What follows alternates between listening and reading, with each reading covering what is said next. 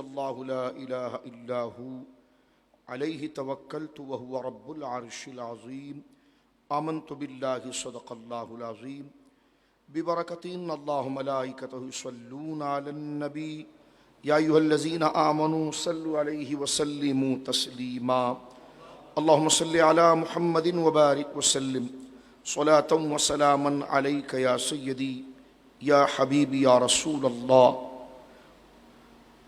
کلہم من رسول اللہ ملتمس غرفا من البحر اور رشفا من الدیم ثم الرضا عن ابی بکر وعن عمر وعن علی وعن عثمان ذی الکرم مولایا صل وسلم دائما سرمدا علی حبیبک خیر الخلق کلہم۔ اللہ کی حمد و ثنا نبی محترم نبی معظم صلی اللہ علیہ وعلی آلہ وصحبہ وبارک وسلم کی بارگاہ مقدسہ میں انتہائی محبت و عقیدت سے درود و سلام پیش کرنے کے بعد تمام تعریف اللہ وحدہ لا شریک کے لیے ہے۔ درس نظام مصطفیٰ صلی اللہ علیہ وسلم میں ربیع الاول شریف میں خاص طور پر قصیدہ بردہ شریف کی مکمل قرأت کی جاتی ہے اور حضور علیہ الصلوۃ والسلام کے محاسن اور کرامات کو جو حضرت امام شرف الدین بوصیری رحمہ اللہ نے اپنے قصیدے میں جمع کیا ہے، ان عنوانات کو حصول برکت کے لیے ذکر کیا جاتا ہے۔ امام بوصیری علیہ رحمت کی تاریخ پیدائش اور آپ کا زمانہ یوں تو 6 صدی ہجری کا ہے۔ اس زمانے سے لے کر آج تک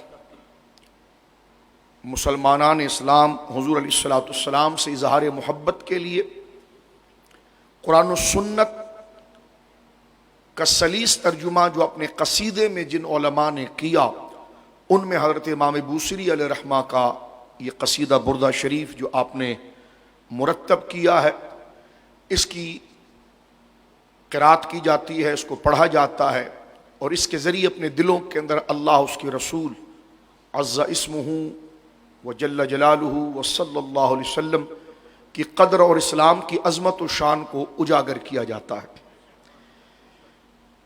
یہ الحمدللہ اس خاندان کے حوالے سے ہے کہ حضرت سیدی طاہر مارفانی نور اللہ مرقدہ نے اس کا اجرا آج سے تقریباً 60 سال قبل، 65 سال سے بھی زیادہ کا یہ عرصہ ہے، آپ نے یہ ماہانہ سالانہ سلسلہ شروع کیا، جو گزشتہ دنوں آپ نے دیکھا ہوگا کہ جناب حاجی جنید مارفانی صاحب کے دولت خانے پر، حاجی صادق مارفانی رحمہ اللہ کے دولت خانے پر بھی ہم نے قصیدہ بردہ شریف کے حوالے سے ایک قصیدہ بردہ کی قرأت اور اس کے ختم پر چند باتیں ذکر کی۔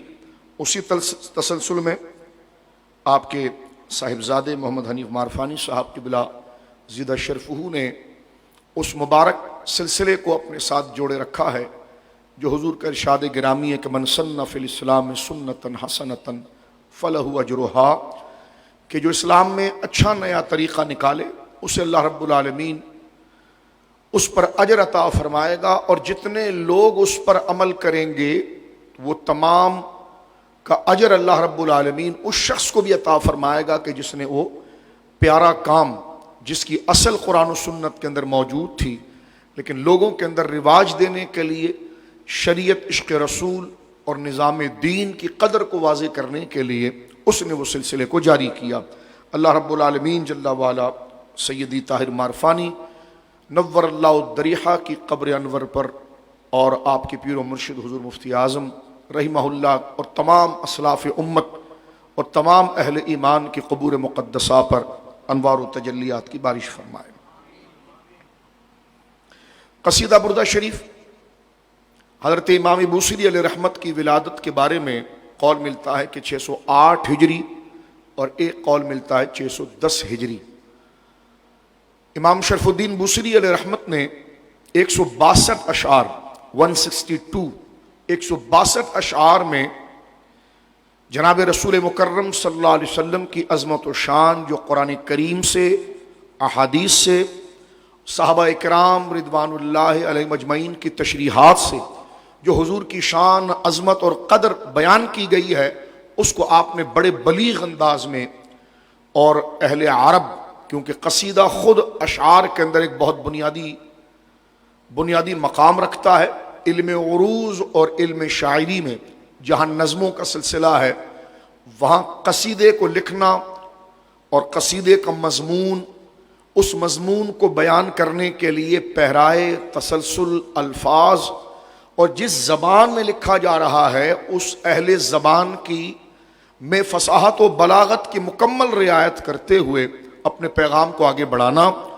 یہ قصائد کے اندر کسی قصیدہ خواں یا قصیدہ لکھنے والے کے لیے اشد لازم، بلکہ اس فن کے اعتبار سے فرائض ہوتی ہے۔ مثلا ایک بڑی پیاری بات جو قرآن کریم میں ذکر کر دی گئی ہے، آقا علیہ الصلوۃ والسلام جناب رسول مکرم صلی اللہ علیہ وسلم کی شان جلالت اور مقام میں ذکر کی گئی ہے، تو ان باتوں کو بیان کرنے کے لیے اگر الفاظ بڑے سستے اور ہلکے استعمال کیے جائیں یا اہل زبان عوامی طرز میں بات کی جائے، لیکن جب اہل زبان اور قدر والے علماء یا اس زبان کے عارفین اور ماہرین جب اس کو دیکھیں اور اس سے اپنی طبیعتوں میں تنفر اور بیزاری اور پھیکا پن پائے، تو قصیدے میں جو مضمون بیان کیا گیا ظاہر سی بات ہے وہ تو قرآن میں ثابت ہے، لیکن جس اس پر ان قصیدے کے مضمون کو جو پیرہن اور لباس پہنا کر جس میں وہ بات کی جا رہی ہے، اگر وہ مضمون سے مطابقت نہ کرتی ہو تو پھر اہل زبان ایسے قصیدے کو کبھی اعتبار نہیں دیتے ہیں، کیونکہ حضور کی شان تو قرآن میں آ گئی ہے، اس کے لیے تو کسی اور شے کی ضرورت نہیں، لیکن آپ اگر جس زبان میں اس کو آگے بڑھانا چاہتے ہیں تو اس زبان میں الفاظوں کی قدر اور قیمت اور اس کی بلندی، اس کے پہرائے میں کی جو رعایت ہے اور اس کے پہرائی کی جو خوبصورتی اور حسن ہے، جب تک اس کو مکمل طور پر آپ کمال علم اس فن کے سمجھ کر، پڑھ کر اور مہارت سے اس کا انتخاب نہیں کریں گے تو حضور کی شان تو شان ہے، لیکن اس قصیدے کو بطور الفاظ کے چناؤ کے حیثیت نہیں ملے گی۔ لیکن وہ قصائد جن میں قصائد لکھنے والوں نے ان تمام چیزوں کا اہتمام کیا کہ شان مصطفیٰ کریم صلی اللہ علیہ وسلم کے بیان کے لیے الفاظ کا پیرہن بڑا قیمتی اور اعلیٰ، اور فصاحت و بلاغت زبان کی جو طرز ہے، زبان کا جو بیان ہے، زبان جو ہے اس میں بھی اعلیٰ پہرائے پر فن کی رعایت کرتے ہوئے انہوں نے اس چیز کو استعمال کیا۔ ان میں حضرت امام شرف الدین بوصری کا قصیدہ درجہ امامت پر نظر آتا ہے۔ عربی زبان میں آپ نے اس کو مرتب کیا، جو اپنے حسن میں ایک سمندر ہے، اپنی فصاحت میں ایک بلیغ زبان ہے، بلکہ تمام زبانوں کی ماں کہیے، اتنی وسعت رکھنے والی یہ زبان ہے۔ امام بوصری علیہ رحمت نے جن الفاظوں کا چناؤ کیا، جہاں ایک شاعر کو اپنے فن کے قوانین کا مکمل خیال رکھنا پڑتا ہے، وہ آپ کے اس قصیدے کے اندر نظر آتا ہے۔ وہیں پر الفاظ کا چناؤ اور فکر کو بیان کرنے کے لیے جو آپ جملے نقل کرتے ہیں وہ انفرادیت کا درجہ رکھتی ہے۔ یہ حضرت امام بوصری علیہ رحمت کے قصیدے کا بڑا کمال ہے۔ اور پھر اس قصیدے کے ساتھ جو حضور سید عالم صلی اللہ علیہ وسلم کی ایک ظاہری نسبت بھی وابستہ ہے، وہ اس قصیدے کے مقام کو بہت بلند کرتی ہے۔ اور وہ بڑی مشہور بات ہے کہ حضرت امام شرف الدین بوصری علیہ رحمہ نے جب اس قصیدے کو مرتب کیا تو آپ کے بدن پر بڑی شدید بیماری لاحق ہوئی، فالج کا مرض، اور آپ بستر علالت پر آ گئے، یہاں تک کہ آپ کے بدن کا ایک حصہ بالکل مفلوج ہو گیا، اور آپ نے خواب میں جناب سید عالم صلی اللہ علیہ وسلم کو دیکھا اور حضور تشریف لائے، اور سرکار نے حضرت امام بوصری سے یہ کہا کہ بوصری مجھے لکھا ہوا وہ قصیدہ سناؤ جو تم نے پڑھا تھا کہ امن تذکوری بجیران بزی سلمن، جس کا جو پہلا مطلع ہے قصیدے کا۔ حضرت امام بوصری نے اس کو پڑھا، حضور کریم علیہ الصلوۃ والسلام نے اس کے اشعار کو سماعت فرمایا اور مسرت اور انبساط کا اظہار اس انداز میں کیا کہ اپنے دست مبارک کو امام بوصری کے بدن پر پھیرا، جس سے ان کا بدن سے وہ بیماری جاتی رہی، اور اپنی یمنی چادر اپنی یمنی اونی چادر جو دھاری دار ہوتی ہے جس کو عربی زبان میں بردہ کہتے ہیں، وہ آپ نے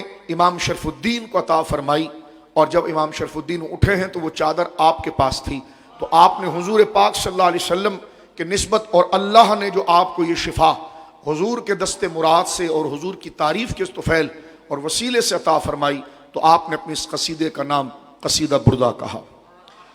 اور صبح مصر کے تقریباً اولیاء اس بات پر مطلع ہو چکے تھے، اور یہ بات تقریباً یوں سمجھیے کہ گزشتہ 700 سال یا 600 یا 800 سال سے یہ متواتر آ رہی ہے۔ ایک جملہ مزید عرض کر کے ہم آگے بڑھتے ہیں، وہ یہ ہے کہ اس قصیدہ بردہ شریف کی اہمیت اور قدر اس حوالے سے بھی جانی جا سکتی ہے کیونکہ اہل علم جانتے ہیں کہ کسی کتاب پر اگر کوئی وقت کے بڑے علماء کام کریں، اس کی تحقیق کریں، اس کی تشریح کریں، تو یہ اس کتاب کا قیمتی ہونا، اس کے مضامین کا اہم ہونا اس پر دلالت کرتا ہے کہ ان علماء جو اپنے وقت کے نابغہ روزگار اور جید علماء رہے ہیں اور امت کے ترجمان رہے ہیں، انہوں نے اس پر کام کیا ہے۔ اس کا مطلب یہ اشارہ ہے کہ اس کتاب کو باقی رہنا چاہیے، اس سے امت کا بہت بڑا فائدہ موجود ہے۔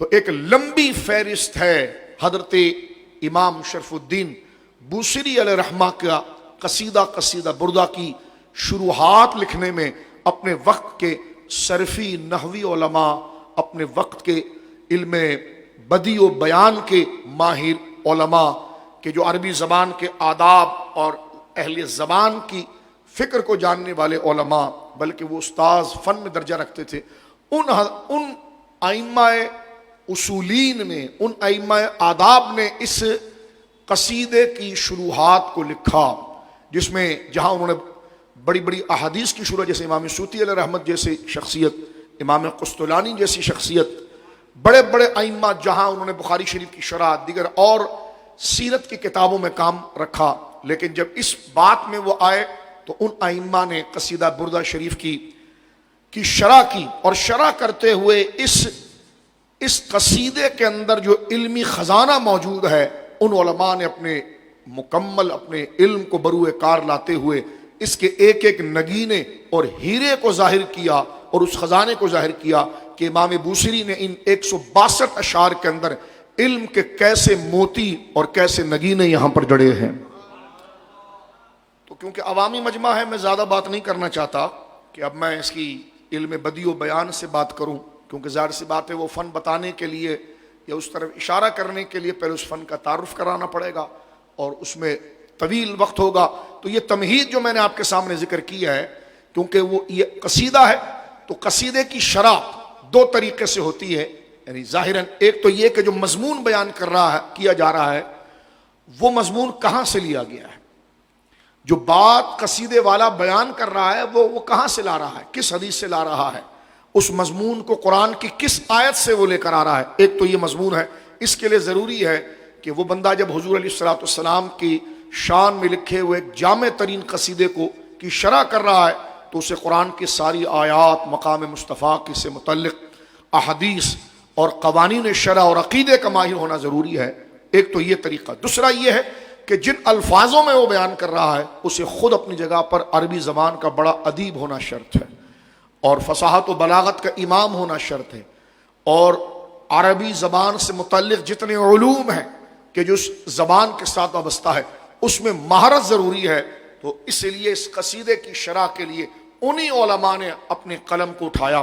یہ اردو زبان میں بھی اس کی شرح لکھی گئی ہے، ترکمانستان کے اندر بھی اس کی شرح لکھی گئی، یعنی فارسی زبان میں اس کی شروحات کو لکھا گیا، اردو زبان کے اندر اس کی شروحات کو لکھا گیا، الغرض کئی زبانوں کے اندر اس کی شرح کو مرتب کیا گیا۔ اردو زبان میں بھی علماء اہل سنہ نے جو اپنے وقت کے نابغہ روزگار بڑے بڑے ائمہ گزرے ہیں، حضرت امام مفتی اعظم مولانا ابو الحسنات صاحب قادری رحمہ اللہ تعالی، خلیفہ اعلی حضرت، اپنے وقت کے بہت بڑے عالم اور بہت بڑے شیخ الحدیث، آپ نے بھی اس کتاب کی شرح لکھی، ورنہ امام خرپوتی علیہ رحمہ کی کتاب جو ہے وہ زیادہ تر ہمارے مدارس کے اندر پڑھی جاتی ہے۔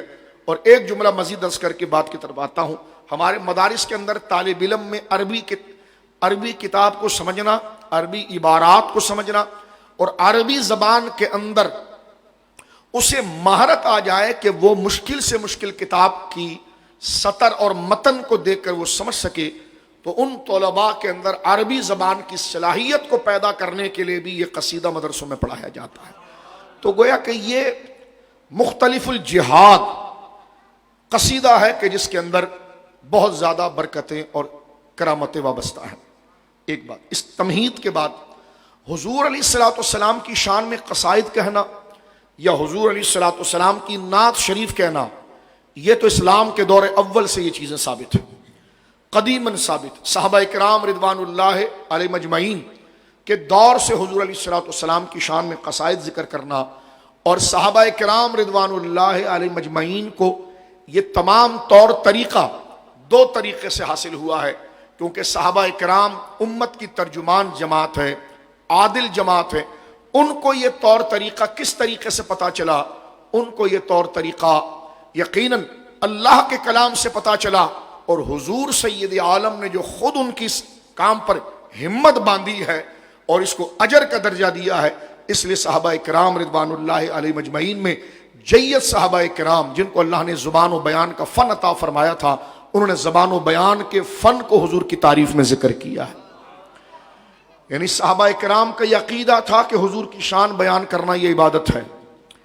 عبادت کے دو معنی، یعنی ایک عبادت کا معنی تو یہ ہے کہ اللہ رب العالمین جل وعلا کو واجب الوجود اور مستحق عبادت یقین کر کے اس کے سامنے اپنے سر کو جھکایا جائے۔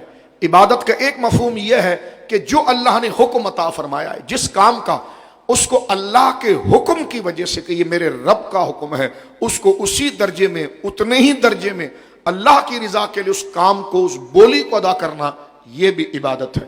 تو نعت رسول عبادت اس بات میں ہے کہ اس کا حکم خدا نے دیا، اس ذکر کو خدا نے پسند کیا ہے۔ اس پہرائے میں اگر آپ دیکھیں گے تو صحابہ کا ذکر بھی حضور کے صدقے اور اللہ کے فرمان کی وجہ سے صحابہ کا ذکر بھی عبادت، کہ کیا کر رہے ہیں جی؟ عبادت کر رہے ہیں۔ کیا عبادت کر رہے ہیں جی آپ؟ جی صحابہ کرام کا ذکر کر رہے ہیں، اہل بیت کا ذکر کر رہے ہیں۔ تو ہر وہ چیز جو اللہ رسول کو پسند ہے، اس کو اللہ کے حکم کی اتباع میں بیان کرنا اور شامل کرنا، وہ عبادت کہلاتا ہے۔ تو یقیناً حضور سید عالم صلی اللہ علیہ وسلم کی تعریف و توصیف جو ہے وہ عبادات میں اللہ رب العالمین جل وعلا کی جانب سے دیے ہوئے حکم کے اندر ایک بڑا روشن حکم ہے۔ کئی ذہنوں کے اندر یہ بات نہ آ جائے کہ ہم ذکر تو حضور کا کر رہے ہیں اور یہ اللہ کی یاد کیسے ہو گئی؟ اس کا جواب تو میں نے آپ کے سامنے کہہ دیا کہ اللہ کے کہنے پر وہ کام ہو رہا ہے، اللہ کے فرمان، تو اللہ کے حکم کو ماننا یہ اللہ کی عبادت ہے۔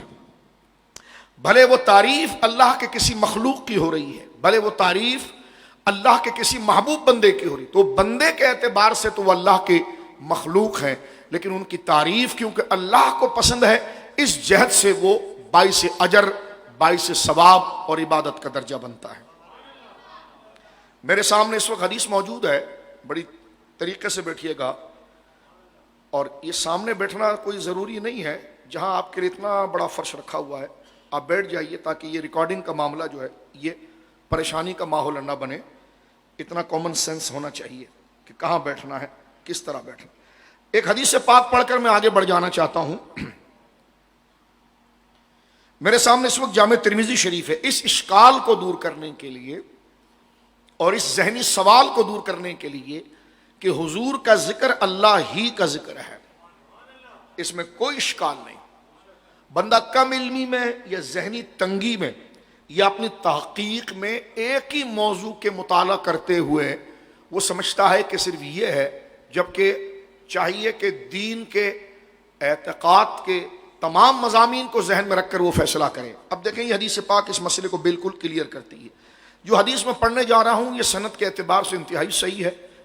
یوں تو میں جامع ترمذی آپ کے سامنے پڑھ رہا ہوں، حدیث نمبر ہے 2457 2457۔ یہ ہم نے بڑی رات کو بھی جو صبح بہرات تھی اس میں بھی ہم نے پڑھا ہے، لیکن کیونکہ موضوع چل پڑا ہے اس لیے میں اس حدیث پاک کو ذکر کرنا چاہ رہا ہوں۔ اور اس حدیث پاک کے اندر یہ مضمون واضح ہو جاتا ہے کہ حضور علیہ الصلوۃ والسلام کا ذکر جو ہے وہ اللہ کا ذکر ہے۔ یہ جامع ترمذی میرے سامنے ہے 2457، یہ حدیث مستدرک کے اندر بھی ہے، دیگر اور سیاح کی کتابوں کے اندر نظر آتی ہے، اور اس میں حضور سید عالم پر درود پڑھنے کے حوالے سے، اور راوی اس کے ہیں حضرت طفیل بن ابی بن کعب۔ حضرت ابی بن کعب جو جلیل القدر صحابی اور قاری قرآن ہیں، ان کے بیٹے ہیں ان طفیل ابن ابی بن کعب۔ حضرت طفیل جو ابی بن کعب رضی اللہ تعالیٰ عنہ کے بیٹے ہیں، وہ کہتے ہیں کہ ان ابی ہی، مجھے اپنے باپ اپنے والد سے یہ میں نے بات سنی ہے کہ کان رسول اللہ صلی اللہ علیہ وسلم، حضور علیہ الصلوۃ والسلام اذا ذهب ثلث اللیل، آدھی رات کا یعنی رات کا 3 پہر جو تھا وہ گزر چکا تھا، جس کو ہم تہجد کا کہیں کہ رات بالکل فجر کے قریب کا وقت اور رات کے 3 حصے گزر چکے تھے، آخری حصہ تھا، قام، حضور علیہ الصلوۃ والسلام نماز کے لیے کھڑے ہوئے، فقال، اور صحابہ سے یہ کہا آقا نے، یا ایھا الناس، اے لوگو، یعنی اے جماعت صحابہ، اور آپ صحابہ کے ذریعے ساری امت کو خطاب ہے، اذکر اللہ، اللہ کا ذکر کرو، 2 دفعہ فرمایا، اذکر اللہ، اذکر اللہ، اے لوگو اللہ کا ذکر کرو، اللہ کا ذکر کرو۔ اس کے بعد حضور نے قرآن کی آیت پڑھی کہ جاءت الراجفۃ تتبعها الرادفۃ جاء الموت بما فیہ، یعنی موت کی طرف برانگیختہ کیا کہ دنیا سے رخصت ہونا ہے، موت کی یاد دلاتے ہوئے کہا کہ کھڑے ہو جاؤ اور اللہ کا ذکر کرو۔ 2 دفعہ حضور نے، جو آپ نے یاد رکھنا ہے دماغ میں وہ کیا ہے، حضور نے 2 دفعہ یہ جملہ کہا، اذکر اللہ، اذکر اللہ، اللہ کا ذکر کرو، اللہ کا ذکر کرو، یعنی حضور کہہ رہے ہیں اللہ کا ذکر کرو۔ ظاہر سی بات ہے ہمارا ذہن کس طرف جائے گا، لا الہ الا اللہ پڑھو، اشہد ان لا الہ الا اللہ پڑھو، تلاوت قرآن پڑھو، اللہ رب العالمین کے اسماء حسنہ پڑھو، کیونکہ حضور کہہ رہے ہیں اللہ کا ذکر کرو، اذکر اللہ، اذکر اللہ، اللہ کا ذکر کرو۔ لیکن صحابی اس کو کیسے سمجھ رہا ہے ذرا یہ دیکھیے، کیونکہ امت کی حضور کے مزاج کو اور توحید کو سب سے زیادہ جاننے والے صحابہ کرام ہیں۔ حضور نے 2 دفعہ کہا اللہ کا ذکر کرو، اللہ کا ذکر کرو۔ صحابی یہ جملہ سن کر کیا کہتا ہے، صحابی ابی بن کعب کہتے ہیں یا رسول اللہ انی اکثر الصلاۃ علیک، حضور میرا جی چاہتا ہے میں آپ کی بہت تعریف کروں اور آپ پر بہت درود پڑھوں۔ اب جملہ دیکھیے، یہاں پر جو بات سمجھنے کی ہے اس پر ذرا آپ ذرا غور فرمائیے۔ اذکر اللہ، حضور نے 2 دفعہ فرمایا اللہ کا ذکر کرو، اللہ کا ذکر کرو، اذکر اللہ، اذکر اللہ، اللہ کا ذکر کرو، اللہ کا ذکر کرو۔ اس سے تو ذہن یہ جانا چاہیے کہ تم کھڑے ہو کر لا الہ الا اللہ پڑھو، اللہ رب العالمین کے اسماء حسنہ پڑھو، لیکن صحابی یہاں کا جملہ کہتے ہیں اس کو سن کر کے اللہ کا ذکر کرو، تو اس سے کہتے ہیں کہ یا رسول اللہ انی اکثر الصلاۃ علیک، حضور میرا جی چاہتا ہے تھوڑا بہت نہیں، اکثر، کثرت کے ساتھ یا رسول اللہ میں آپ کا ذکر کروں۔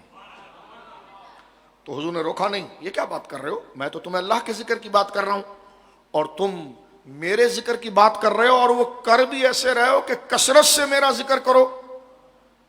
تو حضور نے تو کچھ نہیں کہا، بلکہ صحابی آگے بڑھے جب انہوں نے یہ کہا یا رسول اللہ میں آپ کا ذکر کثرت سے کرنا چاہتا ہوں، کیونکہ صلاۃ میں آپ پر درود کثرت، درود بمانا تعظیم، حضور کا ذکر کرنا حضور کی شانوں کے ساتھ، یہ درود ہے۔ آگے پوچھتے ہیں حضور، یعنی حضور تو کہہ رہے ہیں اذکر اللہ، اذکر اللہ، اللہ کا ذکر کرو، اللہ کا ذکر کرو، اور صحابی آگے سے کہتے ہیں حضور میں آپ کا ذکر کرنا چاہ رہا ہوں، آپ پر درود پڑھنا چاہ رہا ہوں۔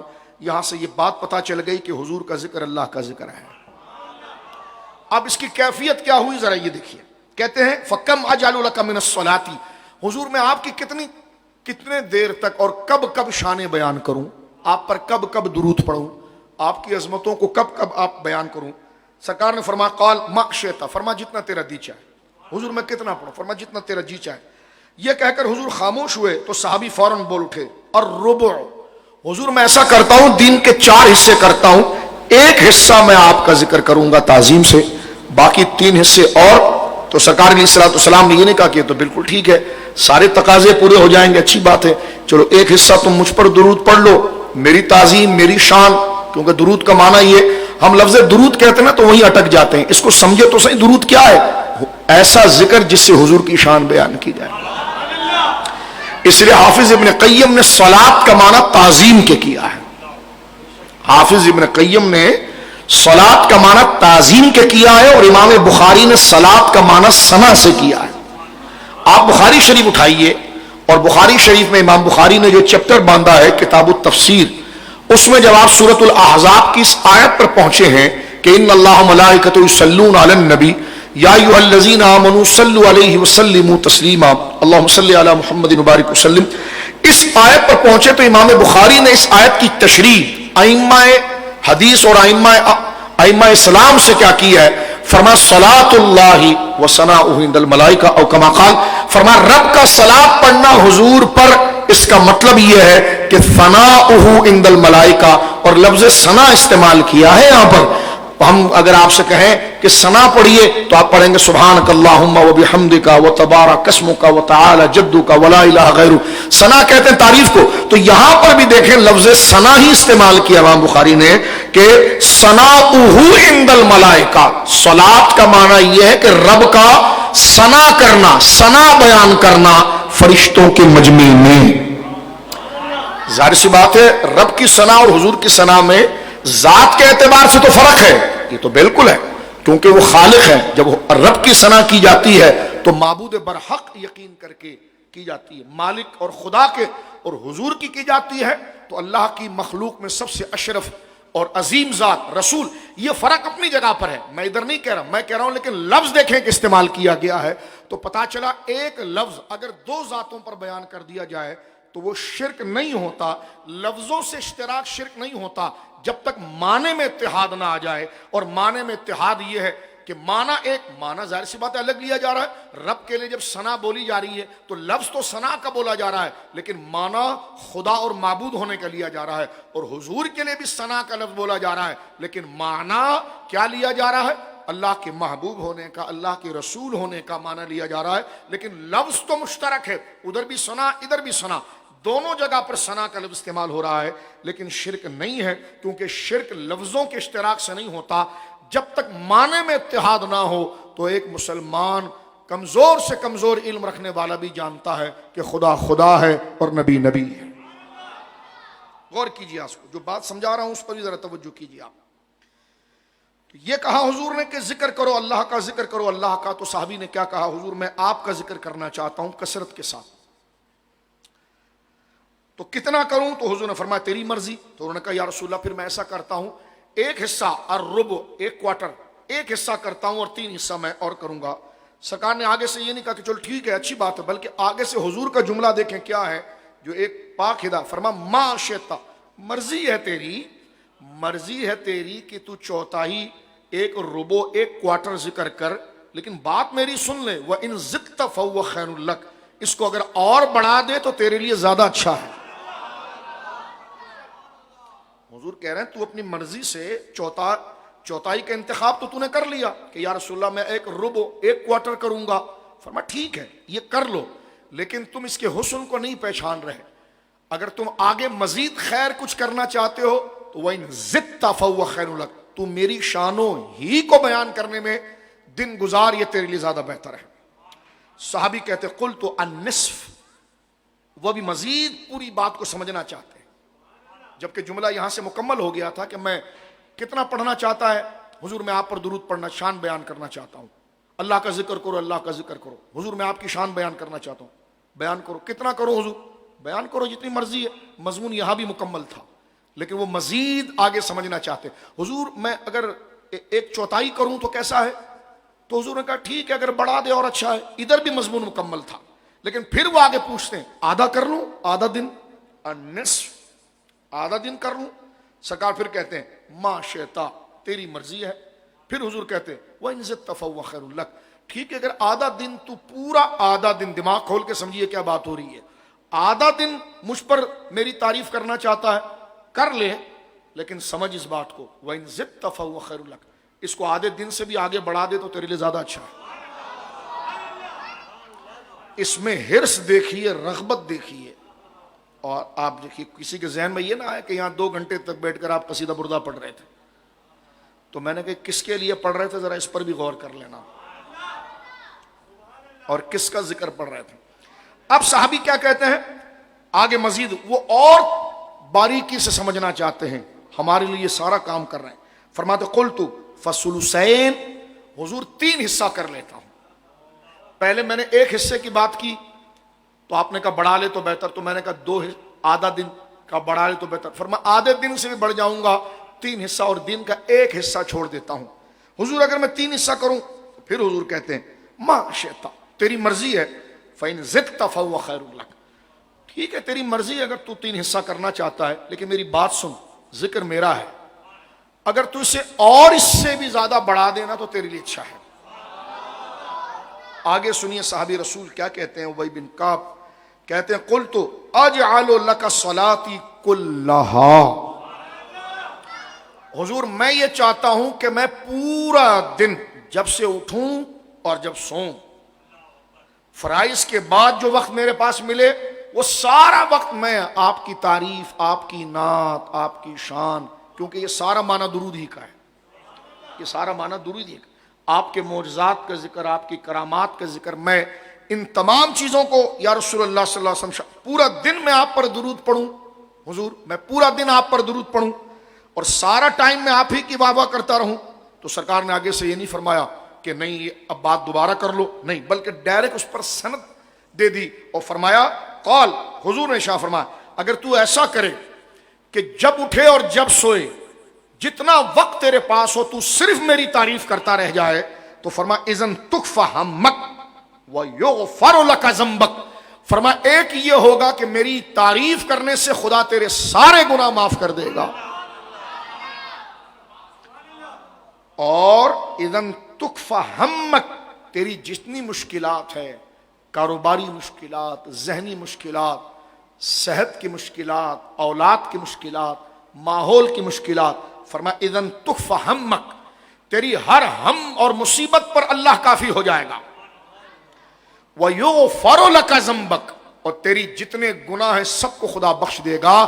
یہاں اس حدیث پاک کو آپ اگر بار بار سنیں اور دیکھیں تو یہ مقام جناب رسول کریم صلی اللہ علیہ وسلم کا بیان کیا گیا کہ پورا دن بھی اگر تو نبی پاک کے قصیدے پڑھتا رہے, ان کی نعت شریف پڑھتا رہے, ان کی شانیں بیان کرتا رہے, تو یہ اللہ کو راضی کرنے کا وہ مبارک عمل ہے کہ تو نے زبان سے بظاہر یہ نہیں کہا استغفر اللہ ربی من کل ذنب واتوب الیہ, تو نے زبان سے بظاہر یہ نہیں کہا یا اللہ میرے بچے کا بھی مسئلہ ہے, میری بیوی کا مسئلہ ہے, میرے بیٹے کا مسئلہ ہے, میرے والد کا مسئلہ ہے, میرے گھر کا مسئلہ ہے. فرمان نہیں, تو نے کچھ بھی نہیں کہا, لیکن رب جو عالم الغیب و شہادہ ہے وہ تیری ہر کمزوری کو جانتا ہے, تو میری تعریف کرتا رہے اللہ تیرے درجے خود بلند کرتا رہے.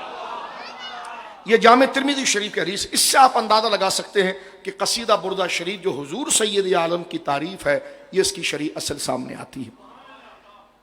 جو تھوڑا سے وقت ہمارا رہ گیا ہے, چند قیمتی باتیں آج کے درس میں ہم سیکھنے کی کوشش کرتے ہیں حضور علیہ الصلوۃ والسلام. لیکن یہ سن لیجئے کہ حضور کی شانوں کا سچا تقاضا یہ ہے کہ حضور کی تعلیم پر بھی عمل ہو. یہ نہ ہو کہ اس سے قطعاً یہ مراد نہیں ہے کہ سارا دن حضور کی تعریف ہو تو پھر نماز نہ ہو, یہ مراد نہیں.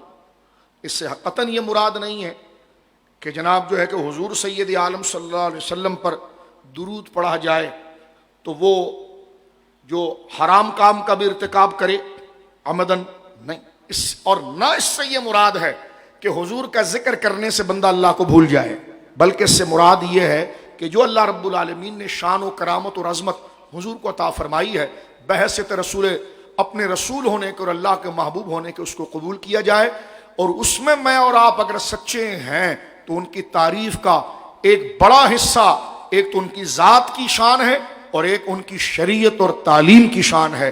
تو لہٰذا جو حضور کی تعظیم چاہتا ہے, آپ کی تعظیم کا اصل حصے میں سے ایک حصہ حضور کی شریعت کی پابندی ہے, جس میں نماز ہے, روزہ ہے, حلال ہے, ماں باپ کی خدمت ہے وغیرہ. یہ تمام چیزیں جو ہیں وہ آپ کی تعظیم ہی کا حصہ ہے.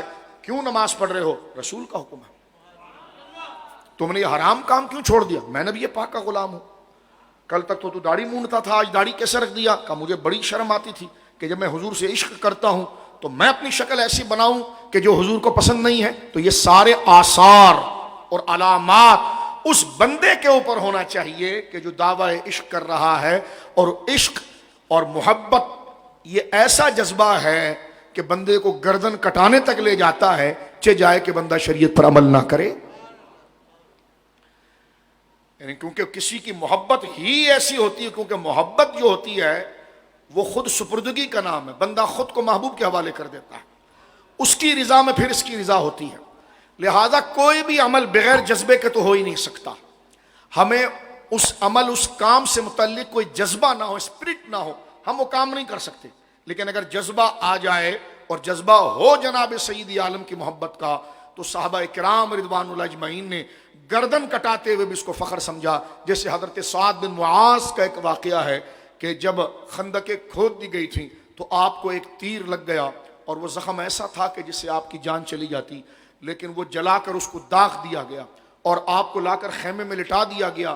کافر بہت بڑا لشکر لے کر آئے تھے، یہودی ان کے ساتھ شامل ہو گئے تھے۔ میں نے یہاں پر پوری تقریر غزوہ خندق پر کی ہے، اور یہودی رسول اللہ کے بغض میں اتنے پاگل ہو گئے تھے کہ وہ مشرکین مکہ کے پاس گئے، جس کو جہاں جگہ مل رہی ہے بیٹھ جائیے، مجلس کو ڈسٹرب نہ کرے، سن لیجئے میری بات، آپ ادھر ہی رکھیں، آپ چھوڑیں، آپ اپنا ذوق برقرار رکھیں۔ یہودی حضور کی مخالفت میں یہ مکہ کے کافروں کے پاس گئے اور مکہ کے کافروں سے کہا کہ دیکھو محمد صلی اللہ علیہ وسلم تمہارے بھی دشمن ہے، ہماری بھی دشمن ہے، ٹھیک ہے، تو ہم تمہاری مدد کریں گے، ہمارے پاس پیسہ بہت ہے، ہم تمہیں ایڈ دیں گے، پیسہ دیں گے، تم محمد صلی اللہ علیہ وسلم کے خلاف مدینے پر حملہ کرو، اور ہمارے کچھ دوست اندر موجود بھی ہیں، وہ بھی اندر سے مسلمانوں پر ٹوٹ پڑیں گے۔ مشرکین بھی کوئی کچے لوگ تو تھے نہیں، انہوں نے کہا بھائی تم بھی آسمانی وحی کو ماننے والے ہو، وہ بھی آسمانی وحی کو ماننے والے، ایسا نہ ہو بعد میں تمہاری دوستی ہو جائے، تم بھی نبوت کا عقیدہ رکھتے ہو، وہ بھی نبوت کا عقیدہ رکھتے ہیں، تم بھی توحید کا عقیدہ رکھتے ہو، وہ بھی رکھتے ہیں، تو کل کو تم ایک جیسے ہو جاؤ۔ انہوں نے کہا نہیں ہم ایک جیسے نہیں ہوں گے۔ تو انہوں نے کہا کہ ٹھیک ہے، پھر تم ہمارے سے ملنا چاہتے ہو تو کچھ کام ہمیں پسند ہے وہ آسمانی وحی والا بندہ نہیں کر سکتا، لیکن اگر وہ کر کے دکھا دو تو ہم آنکھ بند کر کے تم پر ٹرسٹ کریں گے، تم ہمیں جس راستے سے لے جاؤ گے ہم تم سے پوچھیں گے بھی نہیں۔ انہوں نے کیا کہا، کیا بولیے کیا کرنا ہے؟ اب دیکھیں حضور کے بغض میں وہ اتنے اندھے ہو گئے تھے، اور آج تک یہودیوں کے ماتھے پر یہ کالا کلنگ لگا ہوا ہے جس کو وہ دھوئیں بھی تو نہیں دھو سکتے، جو ان کے بڑوں نے کیا حضور کے بغض میں۔ اللہ اکبر۔ کافروں نے کہا یہ ہمارا بت رکھا ہوا نا، ہاں، کہا اس کو سجدہ کرو، ہمارے اس بت کو سجدہ کرو۔ ان میں تھوڑی سی تھر تھراہٹ تو آئی کہ یہ تو ہمارا عقیدہ ہی نہیں ہے، اگر یہ کر لیں تو پھر یہودی ہونا اور موسیٰ علیہ السلام اور عزیر سے ہماری کیا نسبت رہے گی؟ لیکن حضور کے بغض میں بے حیائی کے اس انجام پر پہنچے کہ ان کے جتنے بڑے تھے انہوں نے بت کے سامنے سجدہ کیا اور اس بت کے نعرے لگائے، اس بت کی حمایت کی، اور اس کے بعد کافروں نے کہا کہ ٹھیک ہے جی، ہمیں آپ پر جو ہے وہ اعتماد ہو گیا ہے، آپ ہمیں لے چلیں۔ اب وہ 10,000 سے زیادہ کا گویا کہ یعنی کئی ہزار کا وہ لشکر لے کر مدینہ منورہ پر وہ آ گئے چڑھائی کے لیے۔ جب وہ مدینہ منورہ، بیٹھ جائیے جہاں جگہ مل جائے، بیٹھ جائیے جہاں جگہ ملے، بیٹھ جائیے جہاں۔ اب وہ آ گئے لشکر لے کر مدینہ منورہ پر چڑھائی کے لیے۔ مدینہ منورہ 3 جگہ سے تو لاوے والا تھا، ایک جگہ خالی تھی احد کے سائڈ کی، صحابہ نے خندق کھودی تھی۔ مختصر یہ ہے کہ صحابہ کرام نے سر دھڑ کی بازی لگائی اسلام کی، ایسے مخلص نہ پہلے کبھی آئے نہ کبھی آئیں گے۔ انتہائی سخت ترین سردی تھی، لوہے کی کدال کو ہاتھ میں پکڑنا اپنی ہڈیوں کو توڑنا تھا، اور وہ بڑی بڑی مشنریوں سے زمین نہیں توڑی جا رہی تھی، وہ اپنے ہاتھوں سے، اور چند دن کا ٹائم تھا، کافر راستے میں تھے۔ فرمایا اس سے پہلے کہ وہ اندر انٹر ہو ہم اتنی بڑی خندق کھود دیں کہ وہ اندر داخل نہ ہو سکے۔ صحابہ کرام نے وہ خندقیں کھود دی۔ اس میں جب جنگ شروع ہوئی تو حضرت معاذ کو تیر لگا، سعد بن معاذ کو جب تیر لگ گیا تو وہ تیر میں اس قدر زخمی ہوئے کہ ان کو جلا کر داغ دیا گیا کہ زخم رک جائے، لیکن اس میں پس پڑنا شروع ہوا اور وہ بظاہر سڑنا شروع ہو گیا۔ آپ کو خیمے میں لٹایا تو آپ اللہ کے حضور رو کر کہنے گے یا اللہ اگر میرا نبی اکیلا رہ گیا نا تو مجھے موت نہیں دینا، مجھے صحت دینا مولا، میں اٹھوں اور میرا نبی اکیلا میں کھڑا ہو جاؤں اس کے ساتھ، اور یا اللہ اگر تو نے میرے نبی کو کامیاب کر دیا ہے نا تو پھر مجھے اپنے پاس بلا لینا۔ جب خندق کے اندر 1 مہینے کی جد و جہد کے بعد اللہ کی رحمت آئی اور ہوا کے ذریعے اللہ نے مدد فرمائی، صحابہ اکرام کی استقامت اور حضور کا اصل وسیلہ جو وسیلہ بنا۔ اب جب سرکار خیمے میں تشریف لائے تو حضرت سعد بن معاذ گویا کہ خیمے کے اندر تھے، اور اس وقت ان کو خبر پہنچی کہ حضور علیہ الصلوۃ والسلام اور اسلام کو فتح مل گئی، انہوں نے کہا یا اللہ اپنا وعدہ پورا فرما، ان کا زخم پھٹ گیا۔ کہتے ہیں کہ خون جو ہے وہ خیمے سے باہر جا رہا تھا، اور حضور سید عالم تشریف لائے، اور حضور کے مبارک ہاتھوں میں ان کا سر تھا اور ان کی روح پرواز ہوئی ہے، اور سرکار نے شاہ فرما اہتز العرش، آج خدا کا عرش اس کی روح جانے کی خوشی میں ہل رہا ہے۔ اللہ، یہ حضرت سعد بن معاذ رضی اللہ، ان کے ایمان لانے کا کبھی واقعہ پڑھیں تو آپ حیران ہوں گے۔ اور جس وقت حضور جنازہ پڑھانے کے لیے گئے تو سرکار پنجوں پر چل رہے تھے۔ صحابہ نے پوچھا کیا؟ فرما فرشتوں کا ہجوم ایسا ہے کہ میں دیکھ رہا ہوں کہ قدم میں کہاں پر رکھوں۔ تو صحابہ کرام رضوان اللہ اجمعین یہ عشق میں وہاں تک گئے ہیں۔ تو جو سچا عاشق ہوتا ہے وہ کہاں تک جاتا ہے کہ حسن یوسف پہ کٹی مصر میں انگشت زنا، یعنی یوسف علیہ السلام کی حسن پر تو زلیخا اور جو مصر کی وہ خواتین تھی انہوں نے یوسف علیہ السلام کو دیکھا، اور ہاتھ میں پھل تھا، وہ پھل گر گیا۔ شرط یہ تھا کہ یوسف یہاں سے گزریں گے علیہ السلام، تم نے حضرت یوسف کو دیکھنا ہے، اور چھری جو ہے وہ پھل کے اوپر چلانی ہے، لیکن پھل کو نہیں دیکھنا ہے۔ ان کے ہاتھ سے پھل گر گیا اور انہیں پتہ نہیں چلا۔ سورہ یوسف میں آتا ہے کہ وہ اتنی مہو، اتنی مگن، اتنی لو لگ گئی حضرت یوسف کو دیکھ کر کہ ان کی چھریوں سے ان کی انگلیاں کٹ رہی تھی، لیکن ان کو پتہ نہیں چلا۔ اعلیٰ حضرت امام علیہ سنت نے رسول مکرم کی شان کو بیان کرتے ہوئے ان صحابہ کرام رضوان اللہ اجمعین، اور پھر وہ صحابہ جو سرائے نجد میں شہید ہوئے ہیں، جو مدینے سے سینکڑوں میل دور، ان کو کہہ دیا گیا کہ محمد کا ساتھ چھوڑ دو صلی اللہ علیہ وسلم۔ انہوں نے کہا یہ سر جو ہے یہ تن سے گر جائے یہ ہمیں گوارا ہے، لیکن حضور سید عالم صلی اللہ علیہ وسلم پر کوئی آنچ آ جائے یہ گوارا نہیں۔ ہم اپنے بچوں کے ساتھ رہیں اور حضور کے پاؤں میں کانٹا چبھ جائے ہمیں تو یہ گوارا نہیں ہے۔ اعلیٰ حضرت نے دونوں مصروں کو سامنے رکھا، فرمایا حسن یوسف پہ کٹی مصر میں انگشت زنا۔ یا رسول اللہ آپ کے غلاموں کی تو شان یہ ہے کہ سر کٹاتے ہیں تیرے نام پر۔ انہوں نے تو سیدنا یوسف کو دیکھا تھا، جس نے آپ کو دیکھا بھی نہیں قیامت تک آپ کی عزت کے لیے سر کٹاتے ہیں تیرے نام پہ مردان عرب۔ کمال استعارہ اور تشبیہ ہے۔ ادھر انگلیاں جنہوں نے کاٹی ہیں وہ عورتیں ہیں، ادھر سر جن کے کٹ رہے ہیں وہ عرب کے مرد ہیں، جو پہاڑ ہل جائیں وہ ہل نہ سکیں، ایسے لوگ ہیں۔ ادھر انگلیاں کٹی ادھر سر گرے، ادھر دیکھ کر ہوا ادھر نام سے ہوا، ادھر صنف نازک عورتیں جذبات میں آئی، یا عرب کے مضبوط مرد اس مقام پر پہنچے ہیں۔ تو فرمایا حسن یوسف پہ کٹی مصر میں انگشت زنا، سر کٹاتے ہیں تیرے نام پر مردان عرب۔ یہ چیز ہمیں سکھاتی ہے کہ حضور سے اگر محبت ہے، قصیدہ بردہ شریف سے محبت ہے، تو پھر عبادات کی پابندی کا ہونا ضروری ہے۔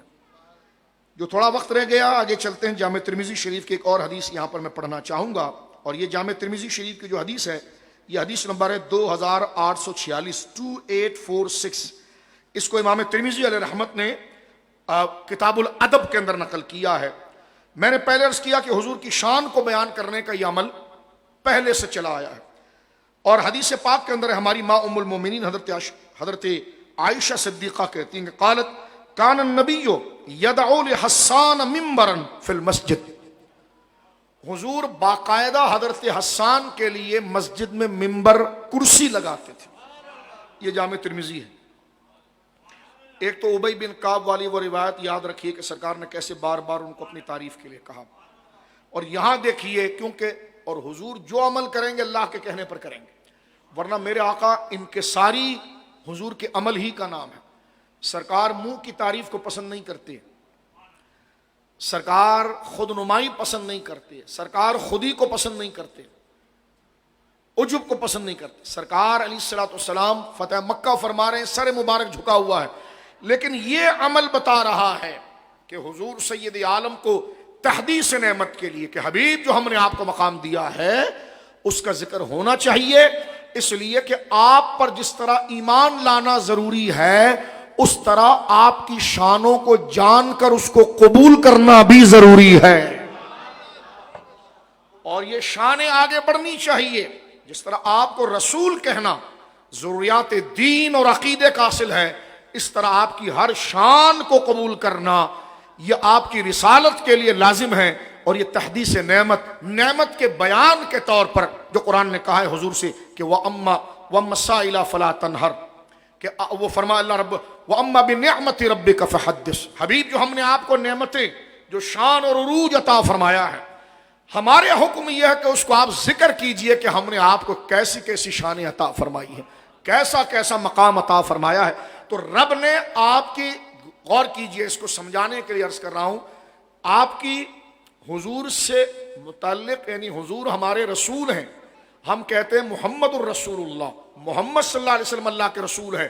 اس میں کہ محمد صلی اللہ علیہ وسلم اللہ کے رسول ہیں، اس کے دو پارٹ کر لیجئے۔ ایک تو جو حضور کے مقام و عظمت، جو ایک تو آپ رسول ہیں، ٹھیک ہے، اور پھر جو اللہ نے آپ کو شانیں عطا فرمائی ہیں، یہ دونوں ایک ہی ہیں۔ سمجھانے کے لیے میں نے دور کیا، اگر کوئی آپ کو رسول یقین کرے لیکن آپ کی شانوں کا انکار کر جائے، وہ ایسے ہی ہے جیسے اس نے آپ کو رسول نہیں مانا۔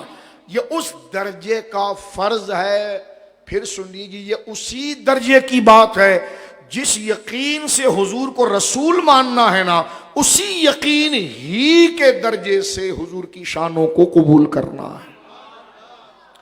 اس لیے دیکھیں، اہتمام دیکھیے جو جناب رسول مکرم نے یہاں فرمایا، اور یہ میری ماں سید عائشہ کہتی ہے، سید عائشہ یہ فرماتی ہیں کہ کان النبی یدعو لحسان منبرا فی المسجد، اور یہ کانا کا نا، کان النبی، یہ کانا بتا رہا ہے، یہ سلسلہ ایک دو دفعہ نہیں ہوا، بار بار حضور ایسی محفلیں کرتے تھے، حضور بار بار ایسی محفلیں کرتے تھے تکرار کے ساتھ۔ فرمایا کان النبی یدعو لحسان منبرا فی المسجد۔ آپ لوگ بیٹھے نہیں، عوام کو دیکھیں، درود پاک۔ کان النبی صلی اللہ علیہ وسلم یدعو لحسان منبرا فی المسجد، حضور سید عالم صلی اللہ علیہ وسلم اپنی مسجد کے اندر سرکار کریم حضرت حسان کے لیے مسجد میں منبر رکھواتے تھے، اور حدیث کے الفاظ ہیں کہ منبر رکھواتے یقوم علیہ قائما، منبر پر بیٹھتے نہیں تھے حسان، جیسے امام جمعے کا خطبہ دیتا ہے نا،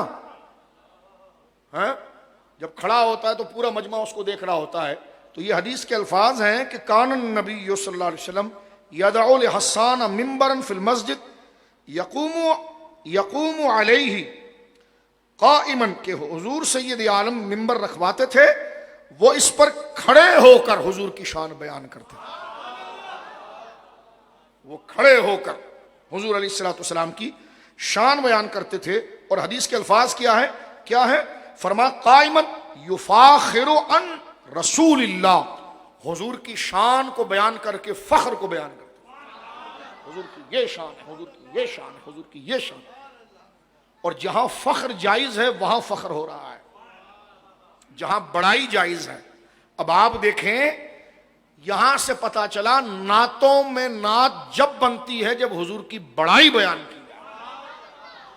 حضرت حسان جو ہے نا، اور یہاں پر ایک جملہ موجود ہے کہ کفار مشرکین نے حضور کے لیے ہجو کہا، مشرکین نے ہجو یعنی بڑے گھٹیا الفاظ لکھے، اور ان اشعار کے اندر ان اشعار کے اندر، پہلے آیا کرو نا بیٹا، آگے آ کر بیٹھنا تو پہلے آیا کرو، سب بیٹھے ہوئے آپ آگے آ رہے ہیں، ادھر کھڑے ہو جاؤ بیٹا، ادھر آ کے کھڑے ہو، سمجھانا نہ پڑے آپ کو، ٹائم پر آپ لوگ بھی آیا کریں، ادھر کھڑے ہو جائیں۔ حضور سید عالم صلی اللہ علیہ وسلم